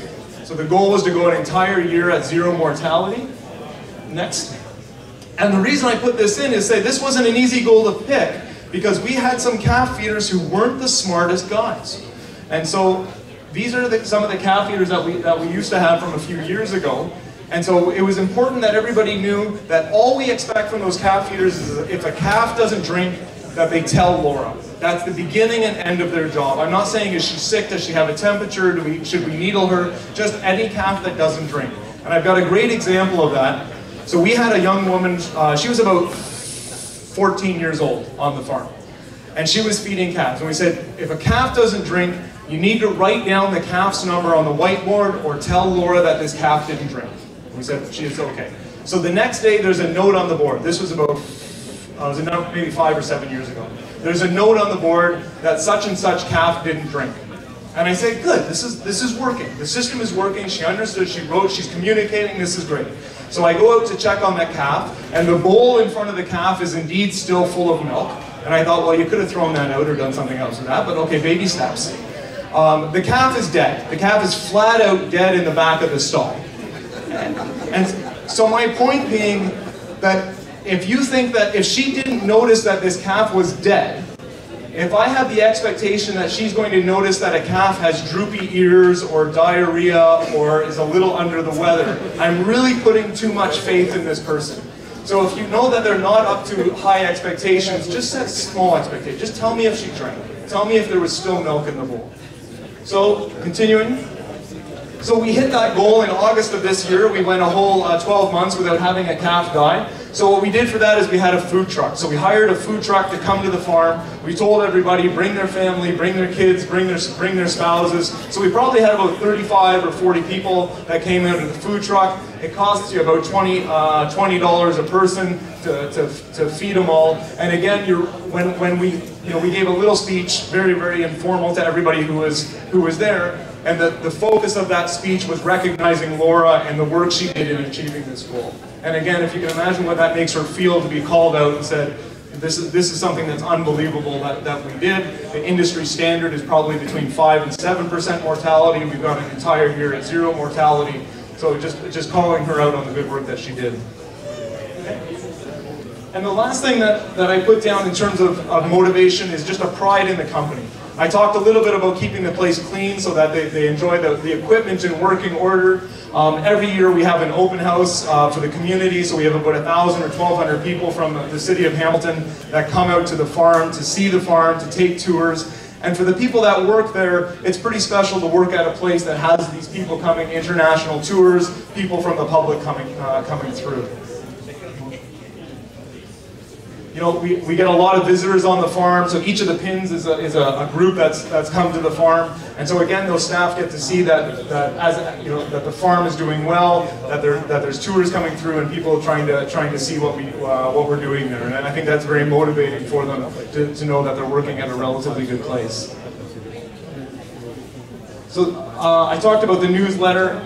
You can see that a big thing I wanted to point out here is none of these things really have anything to do with salary. These are all things that are motivational for the staff that I think are incredibly effective. Salary is important, don't get me wrong. You can't have someone working 65 hours a week and paying them $30,000 a year.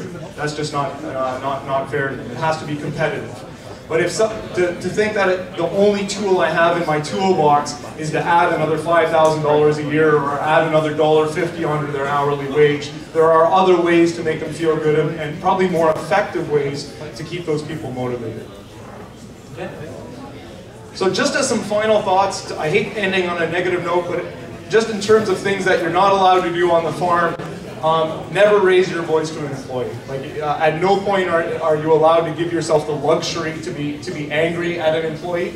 And so there's a saying that you have the right people on the bus, the wrong people off the bus, and everybody in their right seat. And what I like to think of it as is everybody on the farm is either excellent or on their way to becoming excellent. Those are the only two categories on the farm. And so you're either working with that person to try to get them to become better, or you have made the decision to fire them.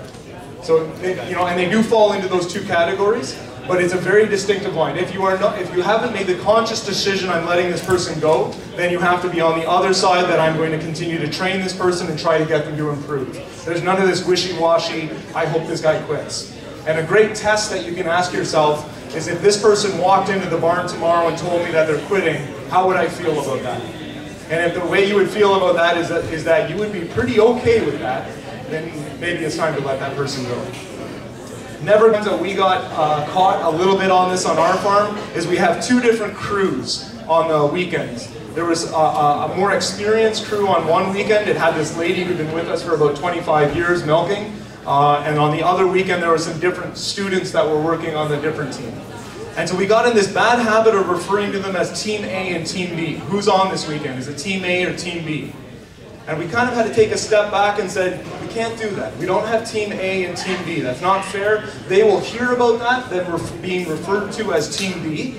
And that's incredibly demotivating to know that their boss thinks of them as the secondary, that you are the second string on the hockey team, that you are Team B. So we kind of amongst ourselves saying, we're not doing that. We're not calling them Team A and Team B. You can say who's on this weekend and call them by name, but none of this Team A and Team B nonsense. And the last thing is, as much as you want them to be a team member, you want them to feel ownership of the operation, have responsibilities, it's not their farm, and you have to respect their time off. This idea that we work until the day is done, until all the work is done, that's okay for us if it's our farm. It's not okay to expect that type of mentality from them. Because they have things to do, they have plans in the evening, and even if it's 10 or 15 minutes after quitting time, if you're supposed to get out of there at 6 o'clock in the afternoon, and it ends up being 6:15, like you're thinking to yourself, like it's 15 minutes, we had stuff to do, it's not a big deal, but for them that really ticks people off. That it was 6:15, not 6 o'clock when I got out of here, and I'm supposed to get out of here at 6 o'clock. Every now and then is not a big deal, but if it's always 6:15 or 6:30, that really drags people down. At the very least on those days that it's going to go over, at least acknowledge, say an apology, say, I'm sorry today went a little late. We'll try to get ourselves back on time over the next couple of days. There was just a lot going on today. At least you're acknowledging that they put this extra effort in beyond what is normal. Okay. I think for now that's everything that I've have to talk about. That's kind of 2 cents about how we're handling our staff on our farm. I know we have time for questions now, but I think we'll have a panel at the end as well if that suits you a little better. So thank you very much.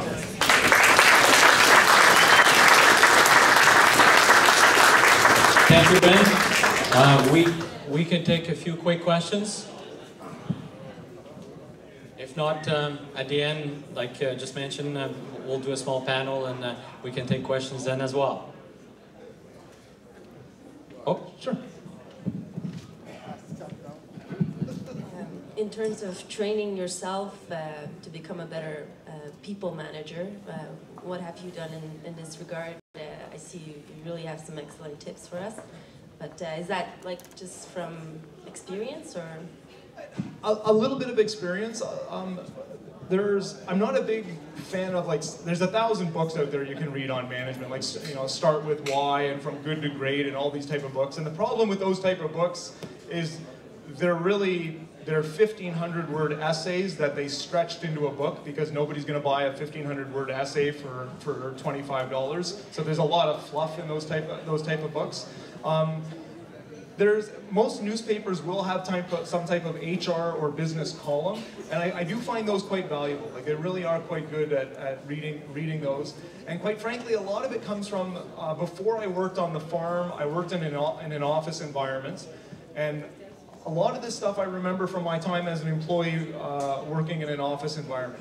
I remember when they first gave me business cards. So I was about 23 years old, and they gave me a pack of business cards and say, here's your business cards.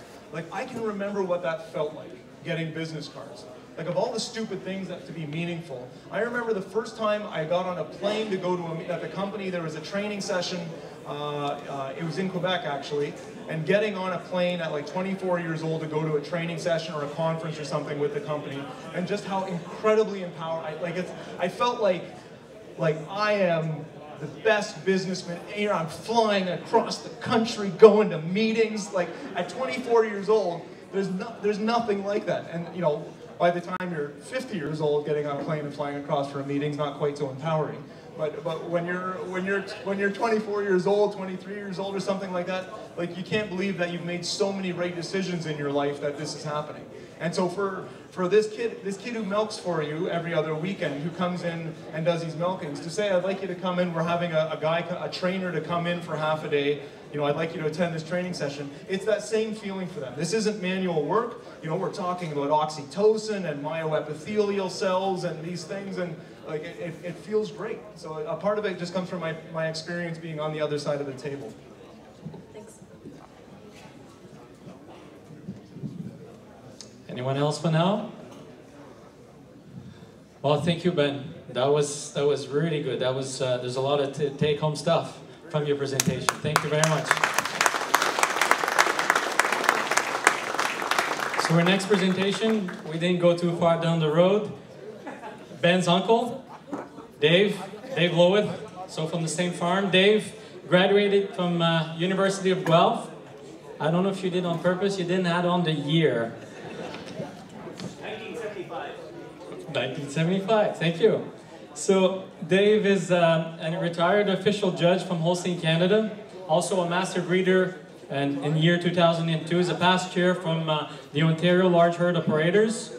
Currently on the board, the executive board of Blue Water Milk Trucking Co-op. And of course, Dave has spoke and has been judging and has been at numerous conferences throughout the world and throughout Canada as well. So Dave, please welcome.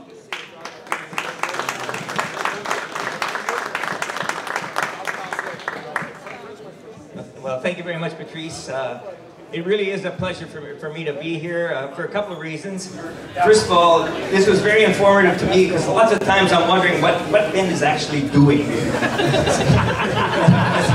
As the old uncle on the farm, sometimes you wonder what your nephew's up to and why we're paying him. So this was really quite helpful. The other thing is it's a lot easier for me to be in Quebec this year than in previous years because the Maple Leafs are doing pretty well. And then the Montreal Canadiens, who are normally beating us every year, are not off to such a great start. So this is a little easier for me. So I'm going to talk a little bit about our genetic management on our farm. We are a commercial dairy farm. That's what we try and do. We're trying to be efficient milk producers. That's our goal. Last year we sent 6.1 million liters of milk.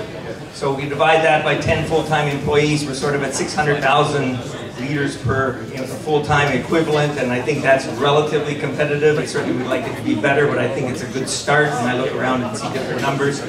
And as Ben talked about, we do have a mission statement, and the one that I'm going to focus on most is number 2, and that is we will meet the needs of every cow every day, and animal welfare will be of paramount importance. I look at our cows as 4-legged employees. That's what they are. They're on an assembly line. They have to convert what I put in front of them to eat into milk that I sell. And it's up to me to give them every opportunity to do that as efficiently, as comfortably, as profitably as possible. That's what they are. They're 4-legged employees, and they're on an assembly line to convert feed into milk. And I have to give them every opportunity to maximize their genetic potential. All these cattle have a lot of genetic potential, and it's up to me to give them the opportunity to express it. Next slide, please. So there, again, my parents, and the reason this photo is here is my father there in the picture with the fur-collared coat standing behind that cow was always going to meetings such as this, always trying to improve, and we do the same thing with our staff and with ourselves. And meetings like this are really, really important. We attend a lot of them, because there's stuff that you can learn all the time, and certainly there's a myriad of magazines that come into our farm every week, be it Progressive Dairyman, be it the other magazines that we get, and there's a lot of them that come, and we read them very diligently, as well as the younger generation spends a lot more time online searching things out than the older generation, but we do continually try to upgrade ourselves on every aspect of the operation. Next slide, please. So farm overview at the present time, we're milking 450 cows, 80 dry cows, 390 heifers, and I'm going to talk a little bit about that later, but that ratio is really important to us, and it's becoming more important in terms of sex semen. You go to lots of farms where it's 1-to-1, cows to heifers on the farm. That ratio makes me very uncomfortable. I don't want any more than 70%, 75% heifers to the number of calves. I call that my eaters to milkers ratio. I want a lot more milkers than I do eaters on the farm. So we're very careful in maintaining 70%, 75% heifers versus the number of cows that we have. Average production right now is around 13,500 kilograms. I didn't put in our classification. After the last round, we had a good round of last classification, so we're 21 excellent, 133 very good, about 280 good plus, and maybe 80 good or something like that. It's not a focus of what we do. We like those numbers, but it's not a primary breeding goal. Our last DHI printout, the cows averaged at that time 41.9 kilos, 4.17 fat, 3.2 protein. Management milk was 47.7. The important number on that list, there's a couple of important numbers on that list. One is our involuntary call rate. We have a very, very low involuntary call rate. 10, 11, 12% is the turnover. That allows us to sell a lot of genetics. We sell a lot of cattle each year, probably 70 or 80 head, be it heifers or young cows. And it allows us also, as we've got more quota down through the system here, to continually grow. So we've grown a lot in the last year. We're going to grow some more. We have a lot of cattle due to calve in the next several months. So the involuntary call rate is very, very important to us. And also, if you look at the one number there, I think we're 54% third lactation or more in the herd. And the last time I just looked at the numbers before I came here, we're around 26% fifth lactation or more. And so we're really trying to keep these cows a long time. Next slide, please. So our genetic selection, we're looking at the numbers we look at. We're big believers in the index. And I'm not a good enough cow man to make an absolute selection that this is the best bull for this cow. That's not where our strengths lie. We're trying to move the population of the herds. We're trying to put the best bull battery together. We let a mating program take it from there. So the numbers we're looking at are LPI, now more pro dollars. I don't understand why we have two indexes in Canada, why we have an LPI index and a pro dollar index. I said the LPI index is for people that don't want to make too much money. And I prefer these pro dollars and net merit. So at present time, we're probably using 25% of the top proven bulls and 75% of the genomic young sires. It's maybe even a little higher than that. Our emphasis is on kilograms fat, kilograms protein, and functional conformation. So I'm not breeding for extreme type. You know, the 7, 8, 9s, they're sort of good enough for me at this point in time. You know, 10 is nice if I can get it, but I'm certainly not breeding for the 15, 16s, and 18s at the expense of milk production.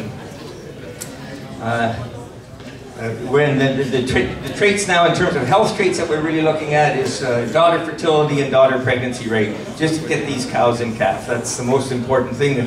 If the cow doesn't get in calf, then you know, all the genetic improvement in the world is not going to help if she doesn't calve out with a heifer calf.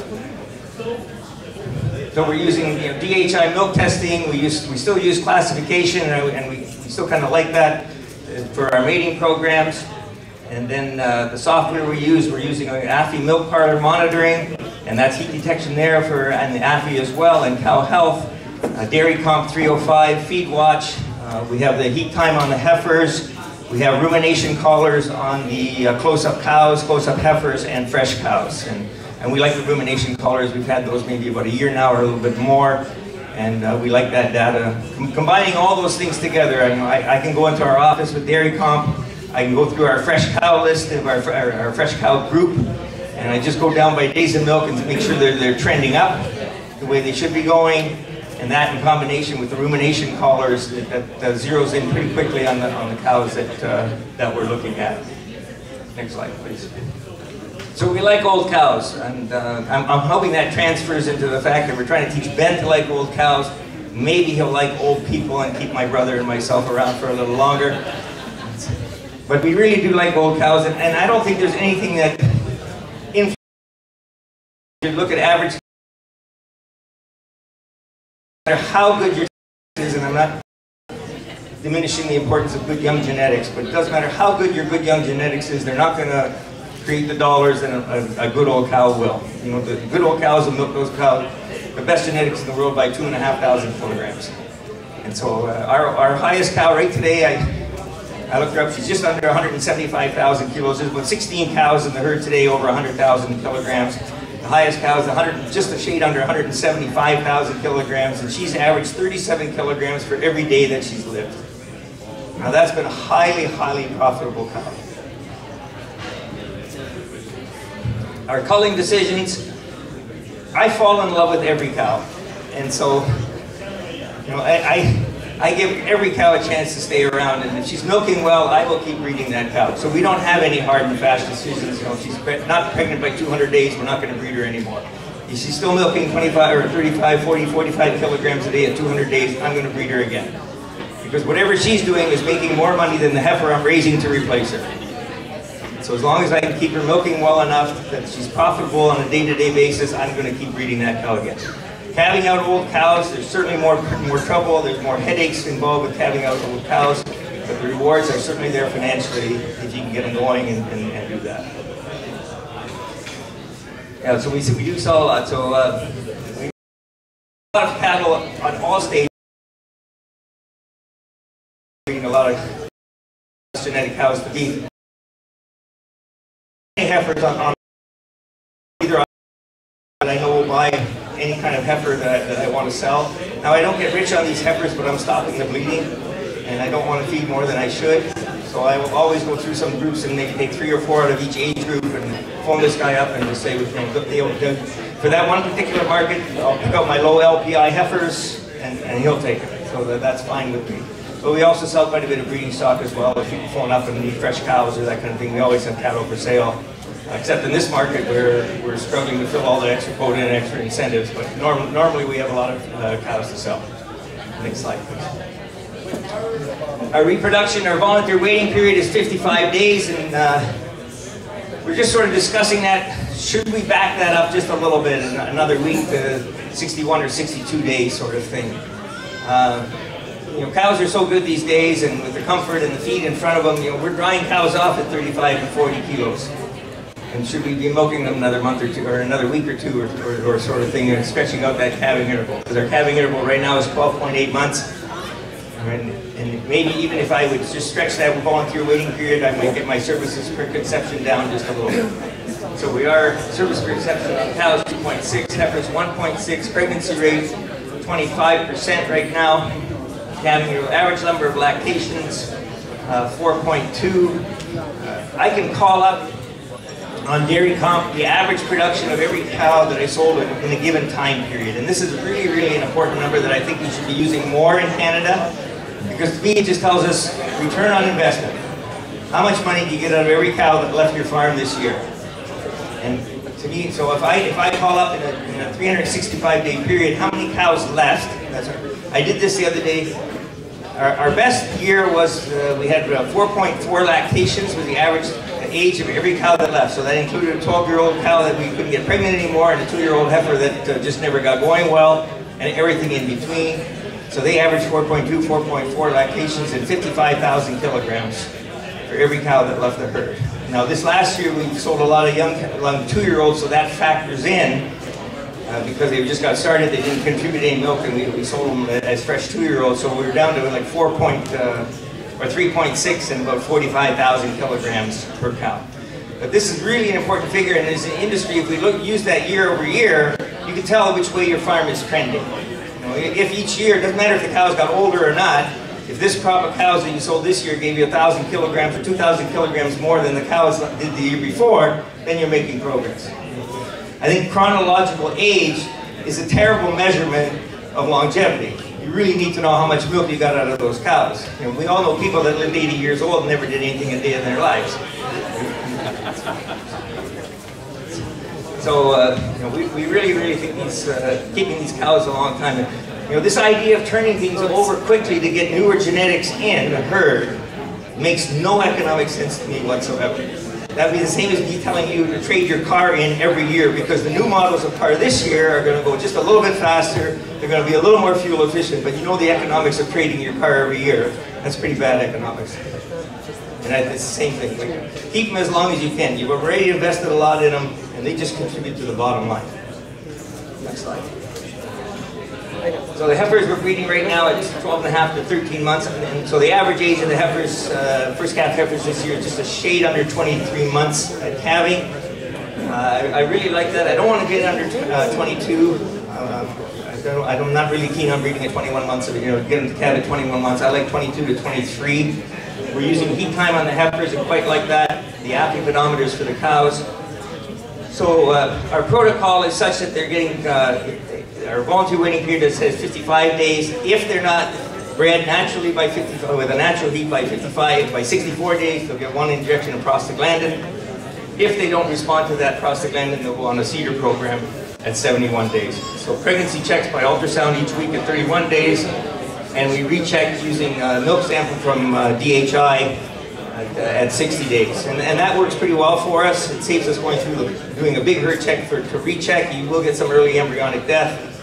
And so on any given DHI test, we may get 1 cow that will come back open and 1 cow maybe come back suspect. But very, very, very few, but it certainly does help us catch those cows that have had early embryonic death. And immediately if they're checked open, they'll go on a CEDAR program if they're in condition to do so. So our reproduction protocols, and as Ben said, we sit down with Laura. Laura really knows pedigrees now. And keeps track of it much closer than I'm able to anymore. And so with the current LPI, the bulls that we use is 3,200, the current Pro Dollar is 2,600, and the average type of the bull battery that we're using now is +8. And you know, semen, and I know who sponsors today, but I've said this for a long time, like semen is never, for the value you get, it's never been cheaper. And I really don't believe that it's ever going to get much more expensive. The competition is too great. We have more and more genomic bulls coming down the line. Every week, every 2 weeks, there's a new battery of bulls. So the shelf life of these genomic young sires is very, very short before the next new batch comes on. So the sex genomic high-value semen is really good bang for your buck, and we're doing that. So we're using sex semen now, have been for more than a year on our heifers. So first 2 services is the sex semen, and then we'll go to conventional semen after that. We've had very, very good luck with the sex semen on the heifers, and we just started in last August when we just started getting our first sex semen heifer calves. And now with the newer technology, the 4M technology, then we're starting to use sex semen on select second calvers, or first calvers as well. And we don't have the data on the conception rate on those yet. We haven't used it enough.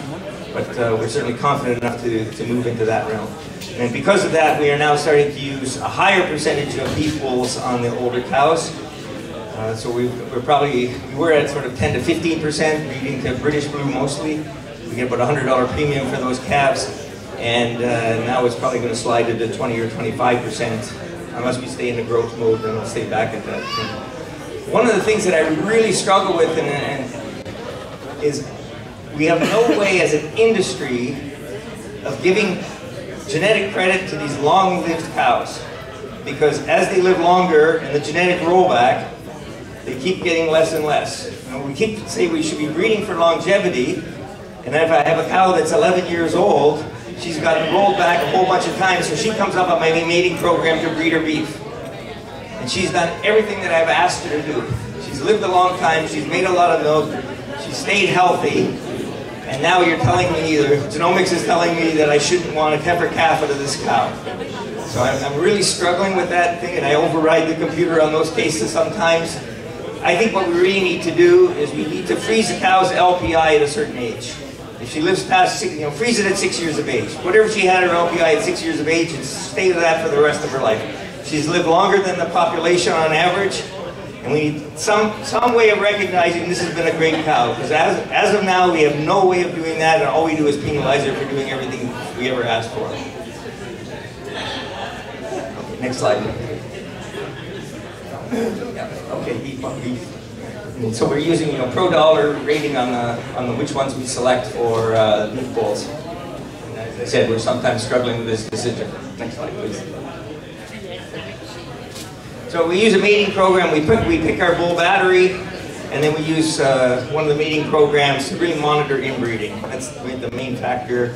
We have all the data from classification and everything else, but the inbreeding coefficients is we try and set it at 6 1/4. It's hard to do sometimes, so we slide up to 9%. But for the most part, we try and set it at 6 1/4. Next slide, please.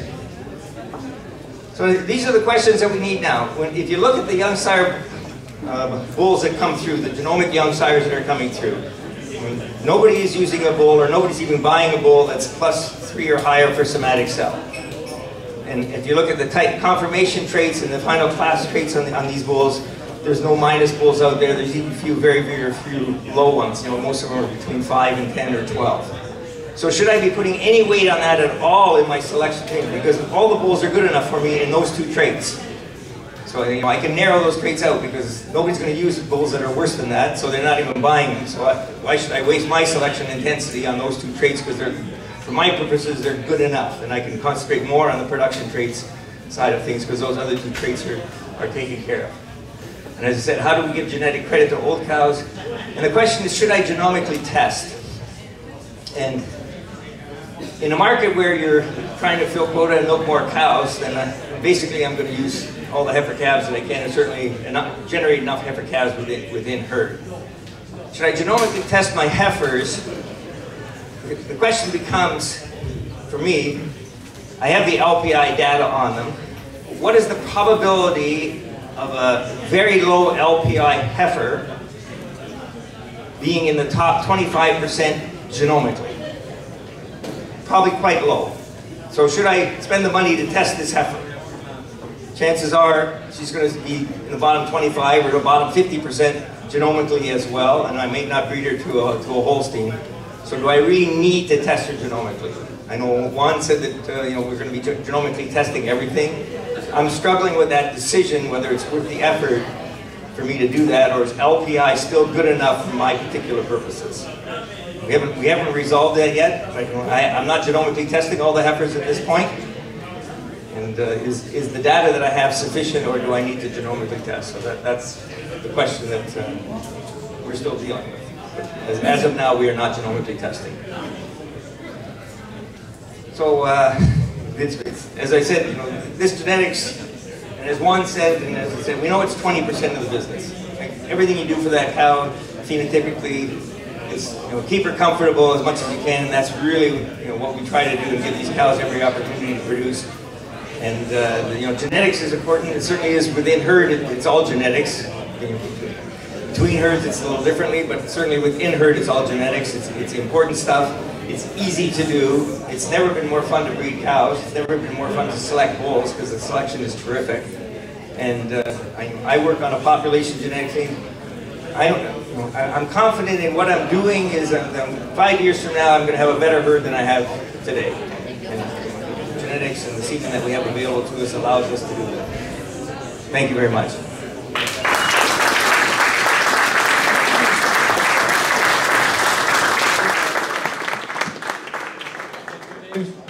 Thank you. Thanks for your clear presentation. I think your goals, your objectives are very clear, and I think the way you assess to them is also very true to how you manage and got to that point. So congratulations.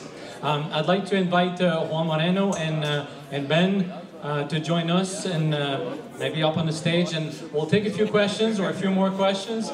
And we certainly, from what I understand, we may get also some online comments. The presentation was through a live feed on the web, thanks to Andrew Hunt and the Bullvine. Here, we'll share a button. Here, there's another mic here. So we'll invite Andrew if you want to join in and help us monitor and bring a few questions also that you may have from the online auditory. In the meantime, any questions? Est-ce qu'on aurait des questions sur le plancher dans la salle en attendant? On aura nos 3 participants qui se prêteront à l'exercice de pouvoir répondre à plus de questions, d'échanger davantage sur leur entreprise, également sur leur vision de l'avenir. Et puis Andrew Hunt de Bullvine aura aussi quelques questions qui proviendront là, en ligne de gens qui nous regardaient à travers le web ce soir. Si vous pouvez vous avancer, s'il vous plaît.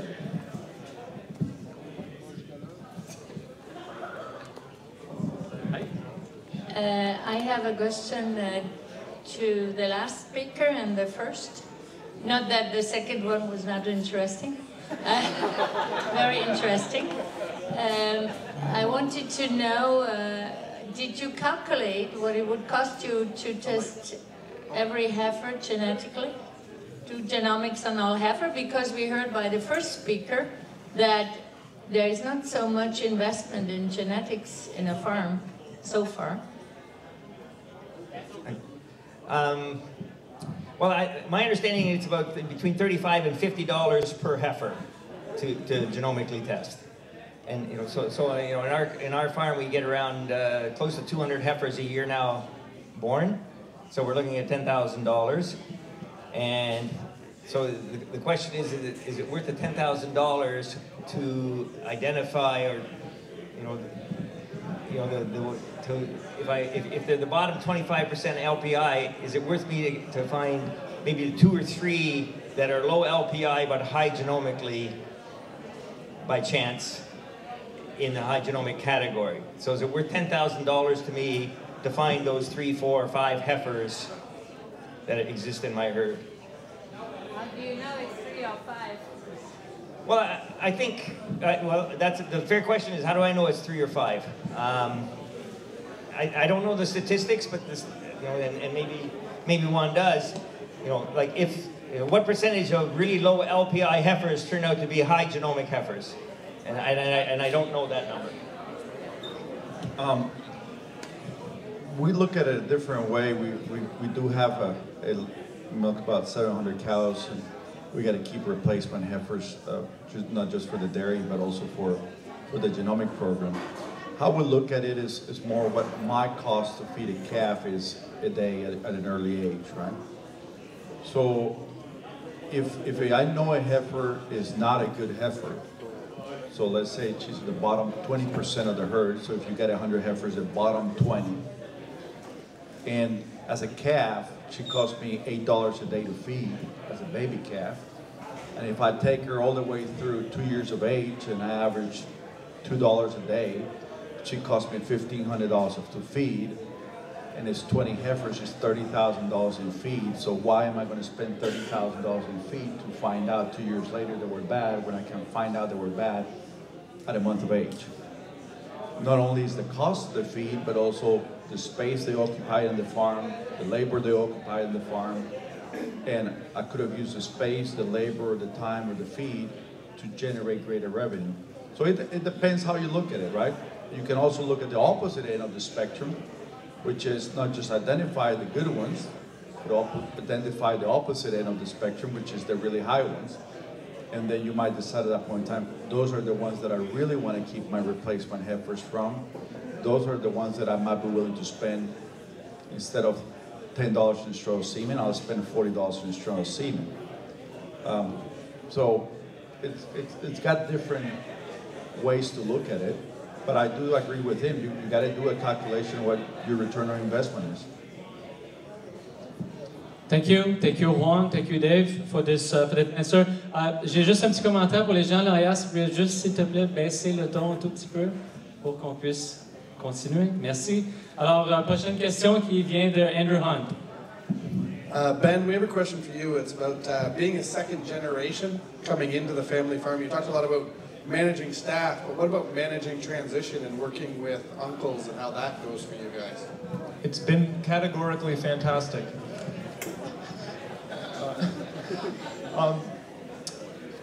So just a very quick correction. I'm actually a third generation on the farm, not second generation, but I understand where your point's coming from. Maybe very quickly I could talk a little bit about our succession plan and how we went through that. First of all, in terms of the generational gap between us, there are three of us on the farm, my father, my uncle, and myself, and I think sometimes it's easier to make decisions with three people than with two people, because with three people there's never a tie. You never get two people going back and forth that are at opposite ends, so there's always a majority when you're making a decision with three people. We generally are very, very open to each other's ideas, and if someone feels strongly about a course of action, the other two people will generally give that person the benefit of the doubt out of respect for that person. On our succession plan that we did on our farm, a big step forward was separating out the assets from the control of the farm versus the growth.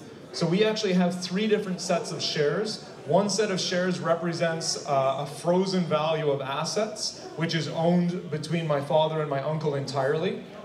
The second set of shares represents the growth of the farm, which is split three ways between my father, my uncle, and myself. And the third set of shares represents control or voting shares. And those are split three ways evenly between my father, my uncle, myself.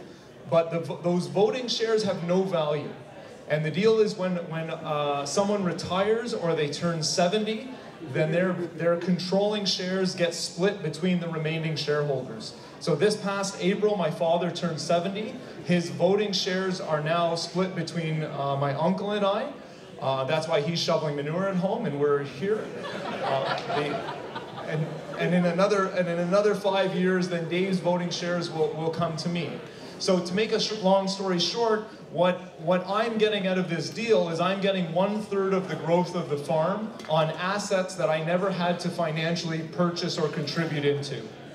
And what my father and my uncle are getting out of this deal is they will continue to get 1/3 of the growth of the farm long after they have retired and are no longer financially contributing the management or the labor into the operation. So that's how we kind of worked out our deal. So if I can just add a bit to that, and it may sound odd that my brother now has no vote really, and we're very, very comfortable with that. Ben is 42 years old, and it's unfair to a 42-year-old guy that wants to grow things to have a father or an uncle say, no, I don't want to buy that farm, or I don't want to build onto that barn. Right? At that point, we could be demented sitting in the corner drooling and still have a voting share. So that's really unfair to the growth of the company, and that's why it's structured that way. And having said that, once Carl and I are no longer voting shareholders, there will be an oversight committee created because at this point Ben hasn't bought out his siblings or my kids' values of the shares. And so there'll be an oversight committee made up of an accountant, our lawyer, our veterinarian, maybe our nutritionists, to review things on an annual or semi-annual basis to see that the farm is going in the right direction and that the other people's interests are still protected. Because my children know nothing about the farm in terms of what are good production numbers, what are bad production numbers, and the same with Ben's siblings. So those kind of safeguards, in terms of the remaining siblings, are safeguarded. So we're all very, very comfortable with this. We have a lot of things laid out in the succession plan and the shareholders agreement. Our shareholders agreement is 41 pages long, which sounds absolutely ridiculous, and is. Except you have to cover all these situations which probably and you hopefully will never arrive. What happens if I become disabled in a farm accident and can no longer work? At what point do I stop drawing a full salary? And those kind of things, or that there's a lot of what ifs in there, but it's clear, it's very important that everybody understands. What happens if the houses, my brother's house and my house are owned by the company? What happens if something happens to me? How long does my wife stay in that house, which is owned by the company? Those kind of things have to be clearly stated well ahead of time. Otherwise, it's just a recipe for disaster. Thank you. Thank you, Ben. Thank you, Dave. Oh, d'autres questions? Yeah, thank you. I'm interested about the behavior of the trade, the efficiency, the food efficiency versus the rest of the profile of the other trades. Have you noticed like negative effect on the selection of your trade versus other trades that we normally select for?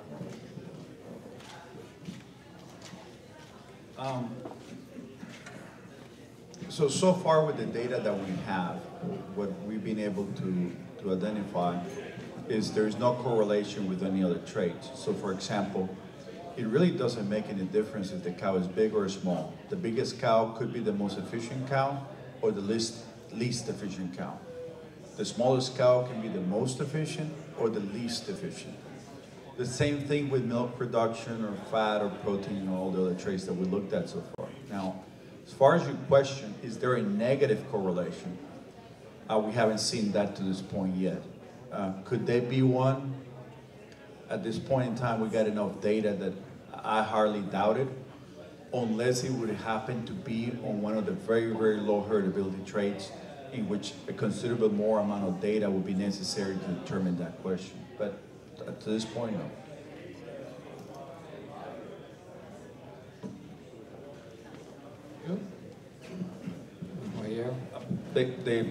The interesting part was we studied the same thing on beef cattle for about a lot longer, about 10 years, and it's exactly the same identical pattern that what we saw in beef cattle. So the organism of both animals behave in a very similar way. Yes, hello. I have a quick question. I've been hearing more and more about A2 milk, and I want to know if it's going to become a market breeding for it.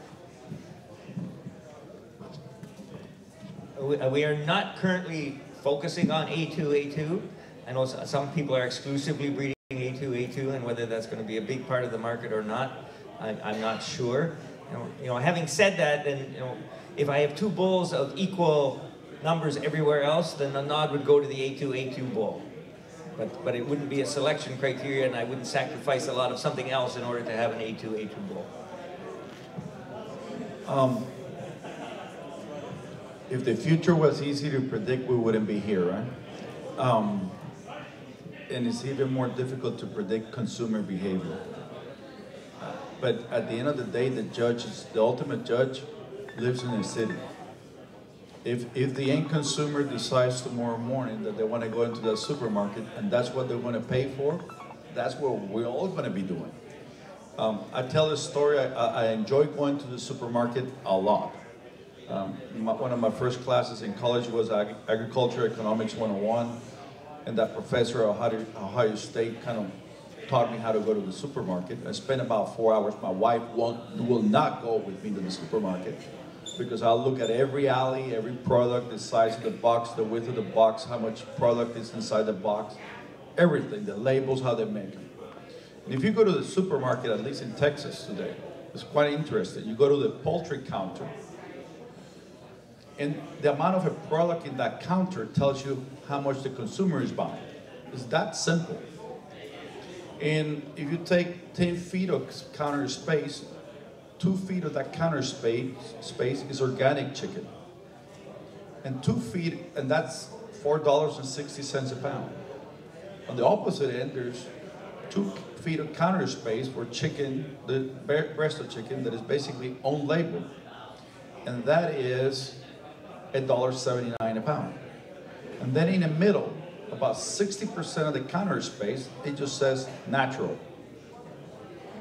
Now, what natural means, it's a long discussion. It's $3 a pound. But what that tells you is the consumer decided that's what they want to buy the most, and that's what they're going to pay for. So guess what they're producing? Natural chicken. So if the consumer tells us tomorrow they're going to want to drink A2 milk, we got no choice but to produce it.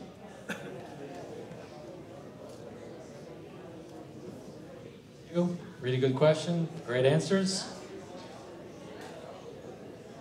More questions?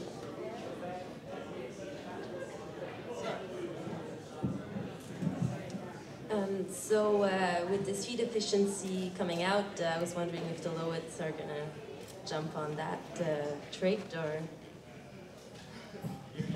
Well, the data here is, this is the first time I've really heard this data, and the fact that there's no correlation to certain things is really, really interesting. So I would have thought it would be highly correlated to milk production. Like your highest producing cow would be, one of your most feed efficient cows. That would have been my first, as a layman's thought, that it might be 80% correlated or 75% correlated. The fact that it's not really is a game changer, in my opinion. And so, and therefore, a trait we're selecting for. And you just hit it right where he knows what he's talking about. So let me back up a second. It is correlated to high milk production. That data has been out for many, many years. Okay. Now, keep in mind that what we were looking at were all of the animals were already high milk production animals. So we were selecting already from a group that had been highly selected for milk production and for all the other traits. So basically, all the heifers that went into that test, all those females, were above 2,300 GTPI when we started 4 years ago. Today, we don't take an animal into that test unless she's 2,600 TPI. So we're selecting for a trait within the top of all the other traits. I don't think that you want to go back and start selecting for that trait on a minus milk production cow.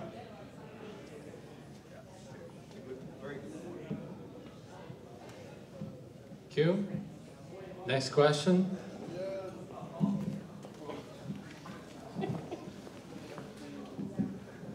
David, it says that you mentioned about you don't select for LPI and you don't select for type, but you select for production. Can you elaborate maybe what traits you actually do specifically? You did do, say, pro dollars, but what traits you really do? Well, I'm focusing on kilograms fat, kilograms of protein, are the traits that I'm looking at primarily, and then daughter fertility and daughter preg rate. Those are the ones that I really focus on. We still are using index and that type of thing. Like the question is, for my purposes, are all the bulls out there that are available good enough for confirmation? So, do I need to look at that when I'm selecting for my bulls? And they're all, if they're all below 3, and now you see a lot of bulls that are 2.5, 2.6 for somatic cell, do I need to put that in my selection criteria and eliminate other bulls? Well, I don't need to do that anymore because they've already been pre-selected. The ones that are left are pre-selected for me for those traits already, so I don't need to do that. And then a follow-on question I had was, you mentioned about old cows and keeping LPI kind of locked. What percentage are you using of genomic sires and proven sires these days? Well, right now we're probably, as I said in my slides, it's 75-25. It may be even closer to 80-20 in terms of genomic young sires and proven sires. Yeah, but I really feel strongly. I don't know how we give credit to old cows. If we're pushing for, should we turn over these cows quicker to get young genetics in? So then why are we breeding for longevity at all?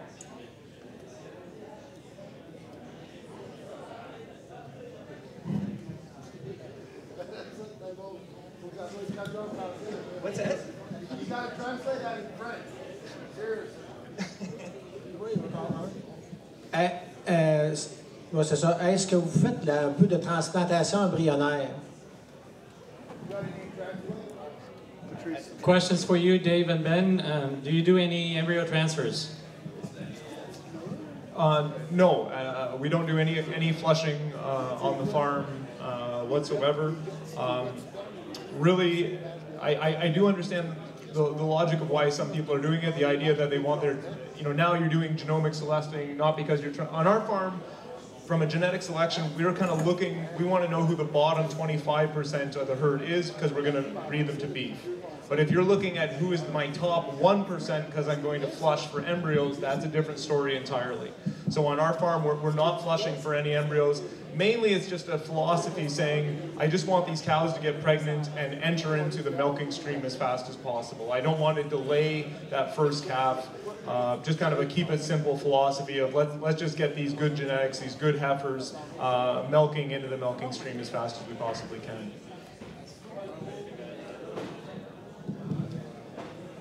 Hello, would like to know, well, there is more and more electronic milking softwares on farms, and producers have their own data on farm, and they feel they have enough information and they don't need to provide to national systems for improvement. And now with genomics, there is less maybe needs of urban sires.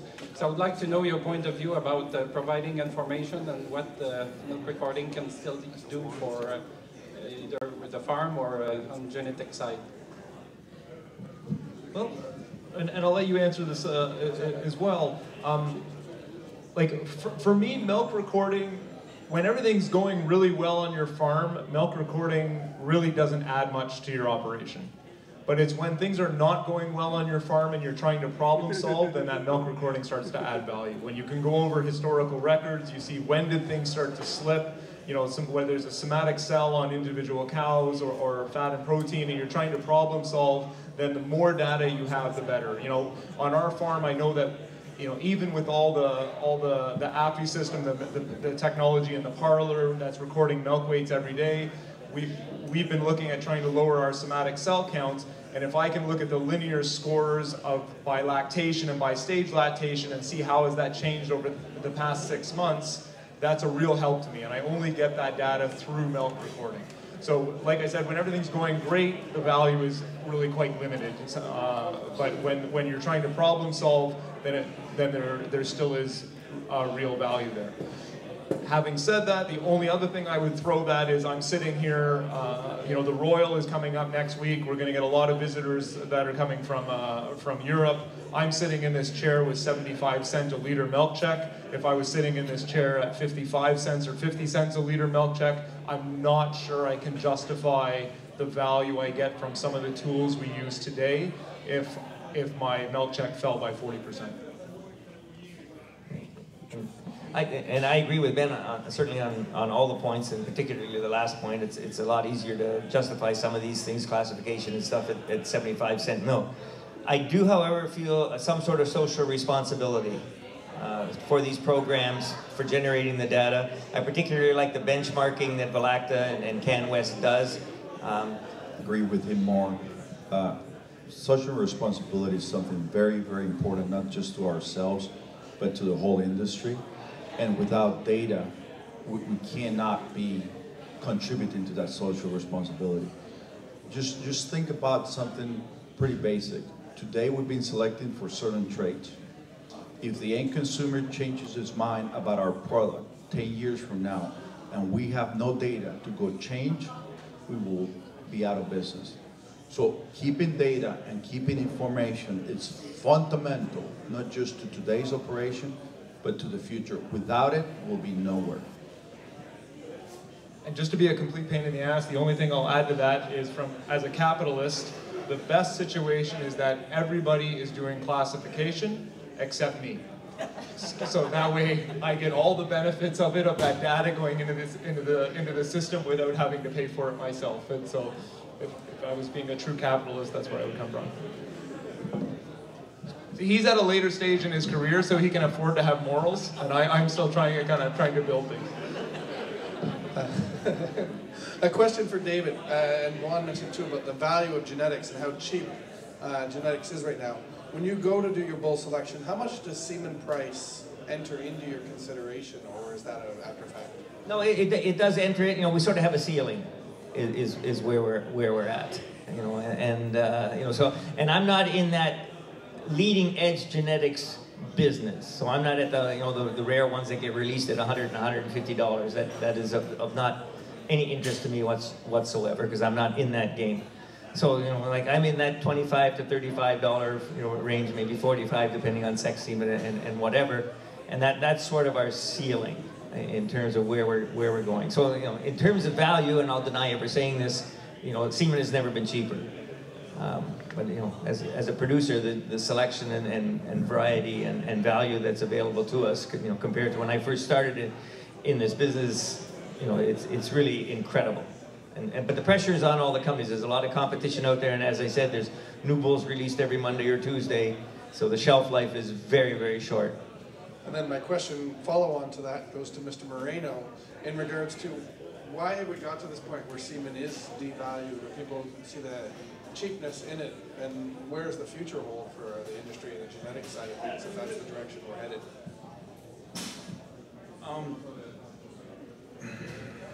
Boy, that's a tough question. How come we got to where we're at, right? If you look at other species, or even agriculture, right? What is the cost of seed or fertilizer versus the cost of the overall production of agriculture? It's the percentage, the relationship, it's a lot higher than what is in dairy seed. If you look in swine, it's the same way. It's many times higher, the percentage than in dairy semen, or in poultry. Now, I do understand that we all have to have budgets because that's just business, right? And we got to stay within those budgets. Now, the interesting part about it is technology today allows us to assign a higher proportion of that budget to the higher genetic value of females, so you keep replacements out of those, and the lowest part of that budget to the lower genetic value of females, like they're doing, breeding them to beef bulls, and you don't have to spend as much money on those. Now, how do we got to this point? In the AI industry, they call it the race to zero. And the race to zero is a definition of a system in which when everybody sells the same identical thing, then the only way to gain a client is either to sell it cheaper or to give him a pretty cap, right? And at that point in time, the true meaning of the value of genetics got lost in that process, I think. So it's just a result of ourselves in the industry acting and behaving in that way, that we forgot the importance and the value of genetics. And it just became a competition either about the pretty hat or inviting somebody to dinner or something else, right? The only thing I would add to that is since genomics have come online, there has been a skewing of the supply-demand curve of these bulls. So we know the value of these bulls before they even start producing semen. So there's this, as soon as the bull, and please correct me if I'm wrong, but as soon as the bull starts producing semen, it's a limited amount, it's a small amount of semen, and this is the newest, highest genetic potential bull that's out there. So the price of the semen for this new bull is $100 and $150, not because the $100 bull is twice as good as the $50 bull, but because the supply of semen from that new bull is half of what the bull is out there.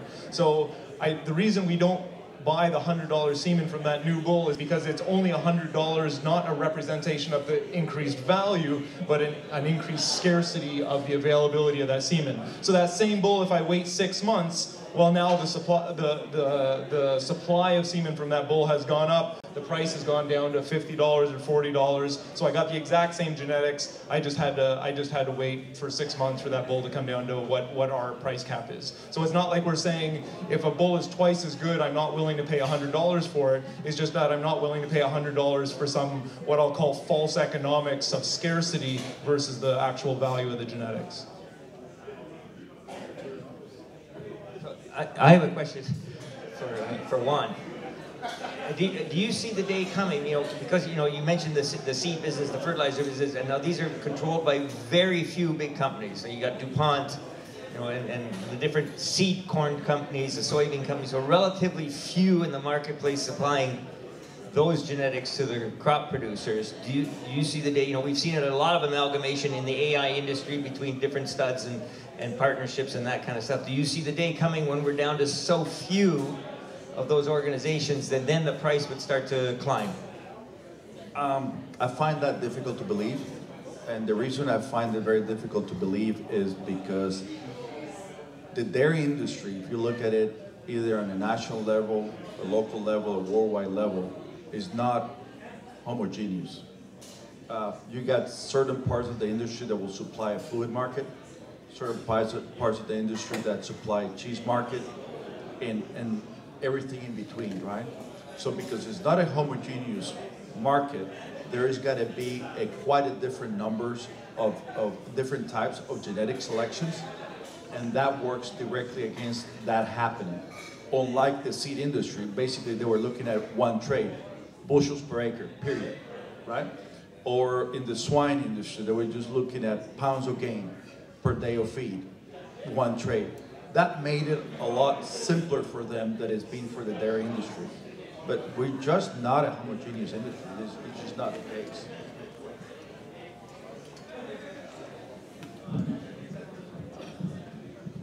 Oh, there we go. So then a follow-up or another question is, we've had AI came to market, we've had genomics come to market, we've had sex semen come to market. What other technologies or what changes do you see coming along that could revolutionize the industry again?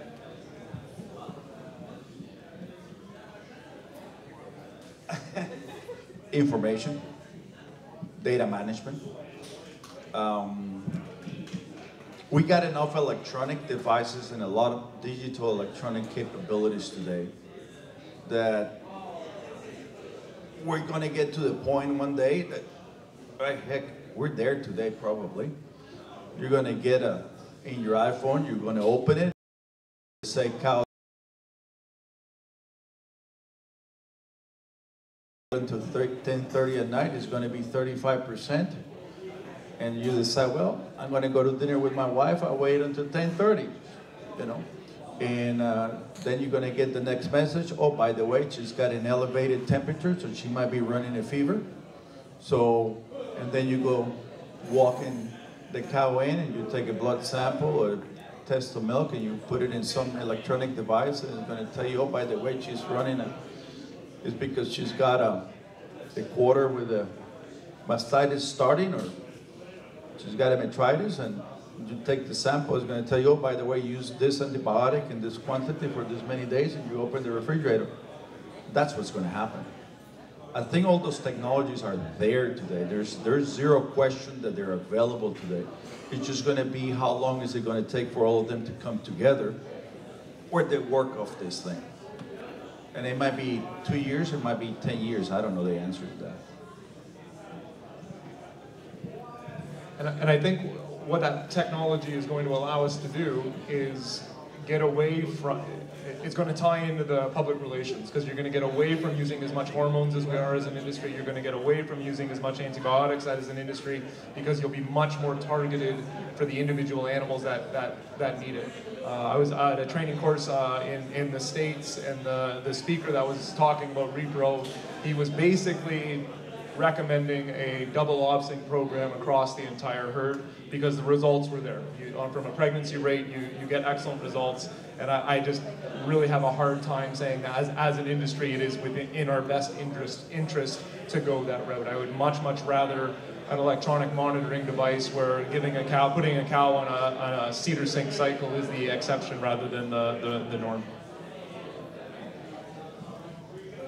Thank you. Any more questions? D'autres questions?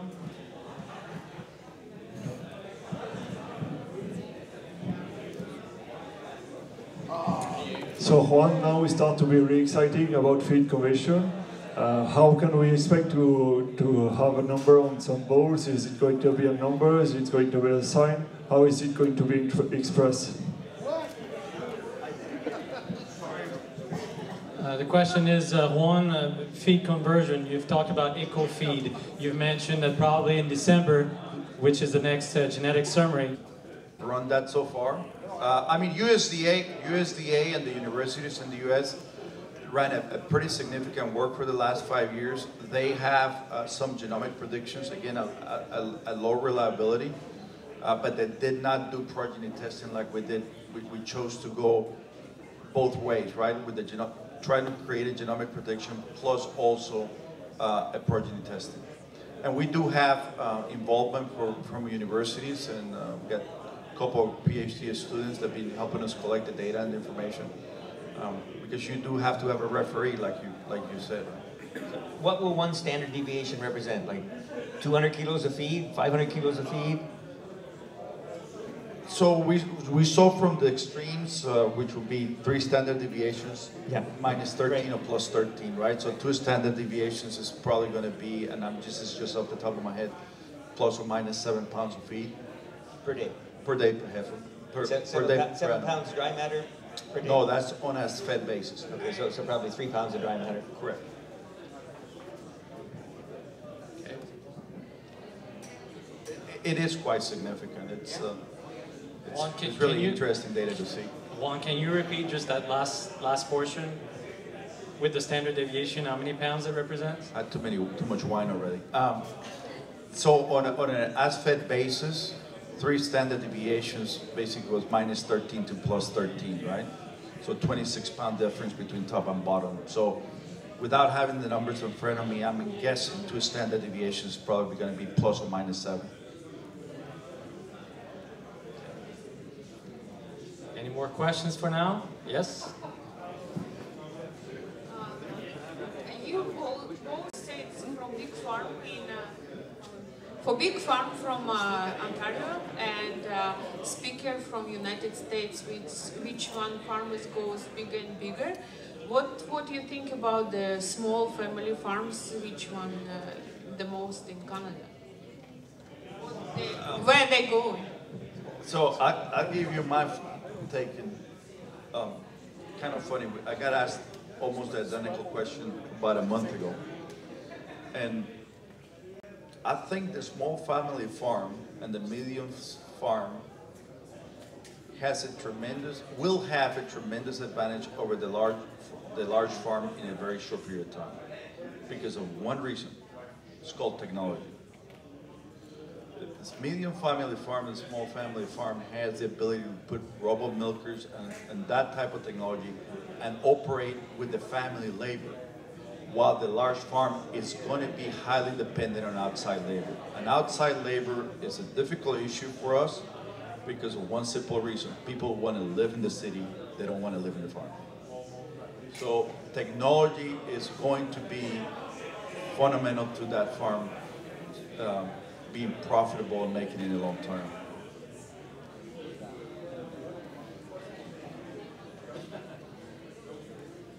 So you're talking about the advantage of the small farms versus the large farm? Where they're going? There is another advantage that small farms have but it's not a healthy advantage. And what I mean by that is, I think there's a lot of small farms that the farm doesn't make money, it's never really made money, but the spouse has an off-farm job that is supplementing, the kids are doing a tremendous amount of labor after school and on weekends that they really don't get paid for on the farm. So there's outside money that is supplementing the farm. There's free labor that is not accounted for. You know, whether that free labor is in the form of a spouse who's working and not getting paid, or the fact that you're paying yourself $40,000 a year and working 80 hours a week, and your spouse is working 60 hours a week on the farm, type of thing. And so it's an advantage in the sense that a farm that's operating that way, they can go a long time without necessarily being profitable, because they don't need to be profitable to continue going. Whereas a large farm, if they're not profitable within a year, they're done. You can borrow money for a while to try to get yourself through difficult low milk price times, but eventually that farm is done. So there's farms that can go on indefinitely and never turn a profit. And so if you want to call that an advantage, it's not a healthy advantage, but if you're saying who's going to go out of business first, the large farm's going to go out of business first, despite the fact that the small farm hasn't made money in 10 years. What's eventually is going to kill that small farm, though, is the transition to the next generation. They want to pass it on to their son or their daughter, and their son or daughter looks at the lifestyle their parents had and said, you've worked 80 hours a week for the last 25 years with no time off. I can make 3 times what you do in a year, working 1/3 of the hours by becoming an engineer or a doctor or a lawyer, and that's a very reasonable option for me. This lifestyle isn't for me, and they'd be right. Okay, we'll take one last questions from the floor. Yes, I have one last question or comment. For small farms, I think for small farms there is a possibility to advance, and that may be that you do truly embryo transfer. I know that's my work, but I believe in that for especially small farms. Because you have the opportunity to find that 1, 2, 3 cows, or these very special heifers, not many, where you can collect embryos, and you can now, with the sex semen, really, you know, with one flush you can have 5 females, and you can advance in a small setting the genetics of a small farm. This may not be necessary for big farms, I agree, but for small farms, yes, this may be a tool. And I would completely agree that it is a tool. It's, you know, when you have limited financial resources, you have to, every farm has to look at where am I going to get the biggest bang for their buck. You know, if increasing genetic potential through embryo transfers is an excellent tool, but making your free stalls more comfortable is an excellent tool as well, and you have to look at the payback on each of those different options. But if there's cow comfort, you know, and going back to our mission statement, if I could bring it around to that, we have that that animal comfort, animal welfare is of paramount importance. At the end of the day, anything you can do to make those cows more comfortable trumps anything else that we have talked about here today. Interesting. I'd like to remind you that our guests, our speakers, Juan, Ben, and Dave will remain here for a little while. We'll be available for questions. We'll be available to meet with you one-on-one if you wish. If you still have some comments and some questions. On behalf of ST Genetics and personally, I would like to thank first of all of you guys for coming out and participating and attending this event. Thank you very much for taking the time and being so kind and so great at participating at this great exchange. Thank you, Juan. Thank you, Ben. And thank you, Dave, on behalf of ST Genetics Canada, for taking the time of your busy schedule to come and share with us your vision, your management, and also all kinds of good things that I think we can all take home and assess to our regular business or our usual business, and I'd like to thank you for that as well. So thank you. Thanks to everyone. Have a good night. Just like to